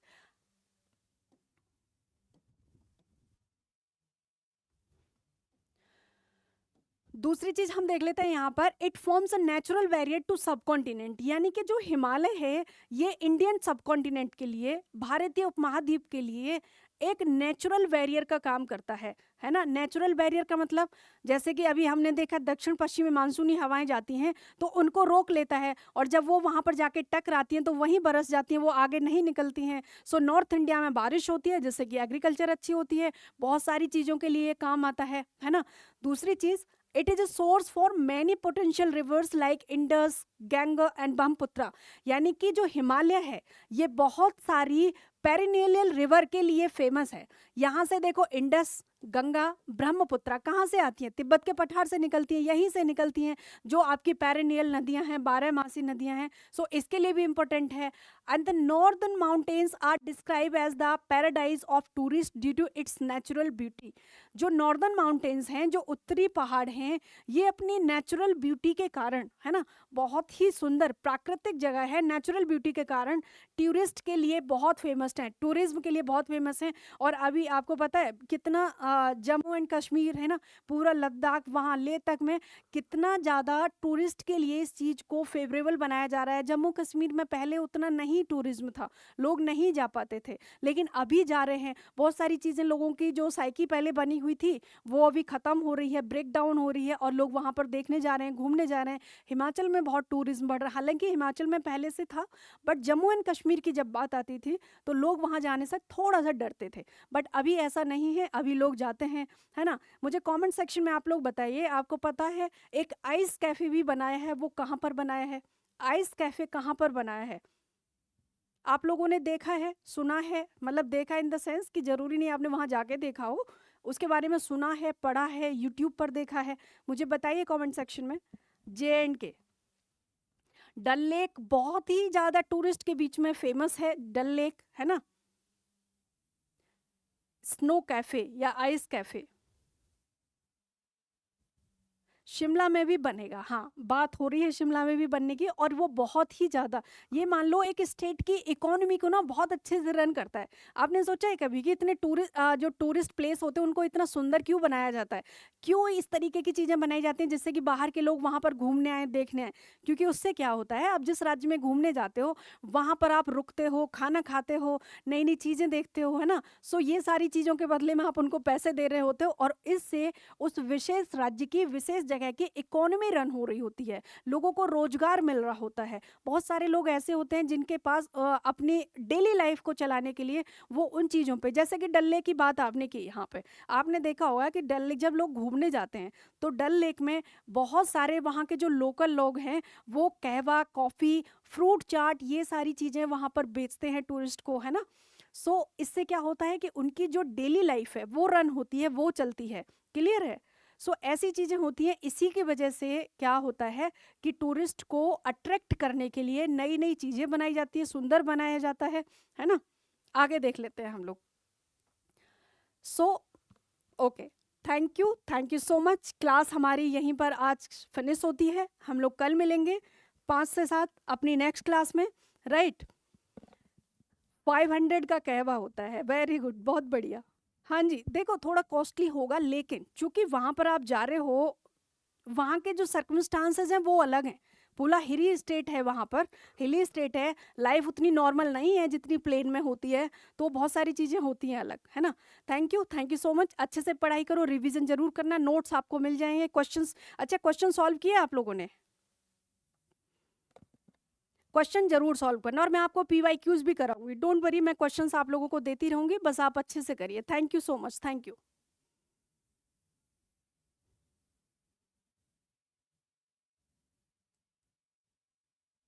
रिकॉर्डिंग वीडियो आई थिंक आपकी आईडी पर मिलेगा, आपकी आईडी पर रिकॉर्डिंग वीडियो मिलेगा।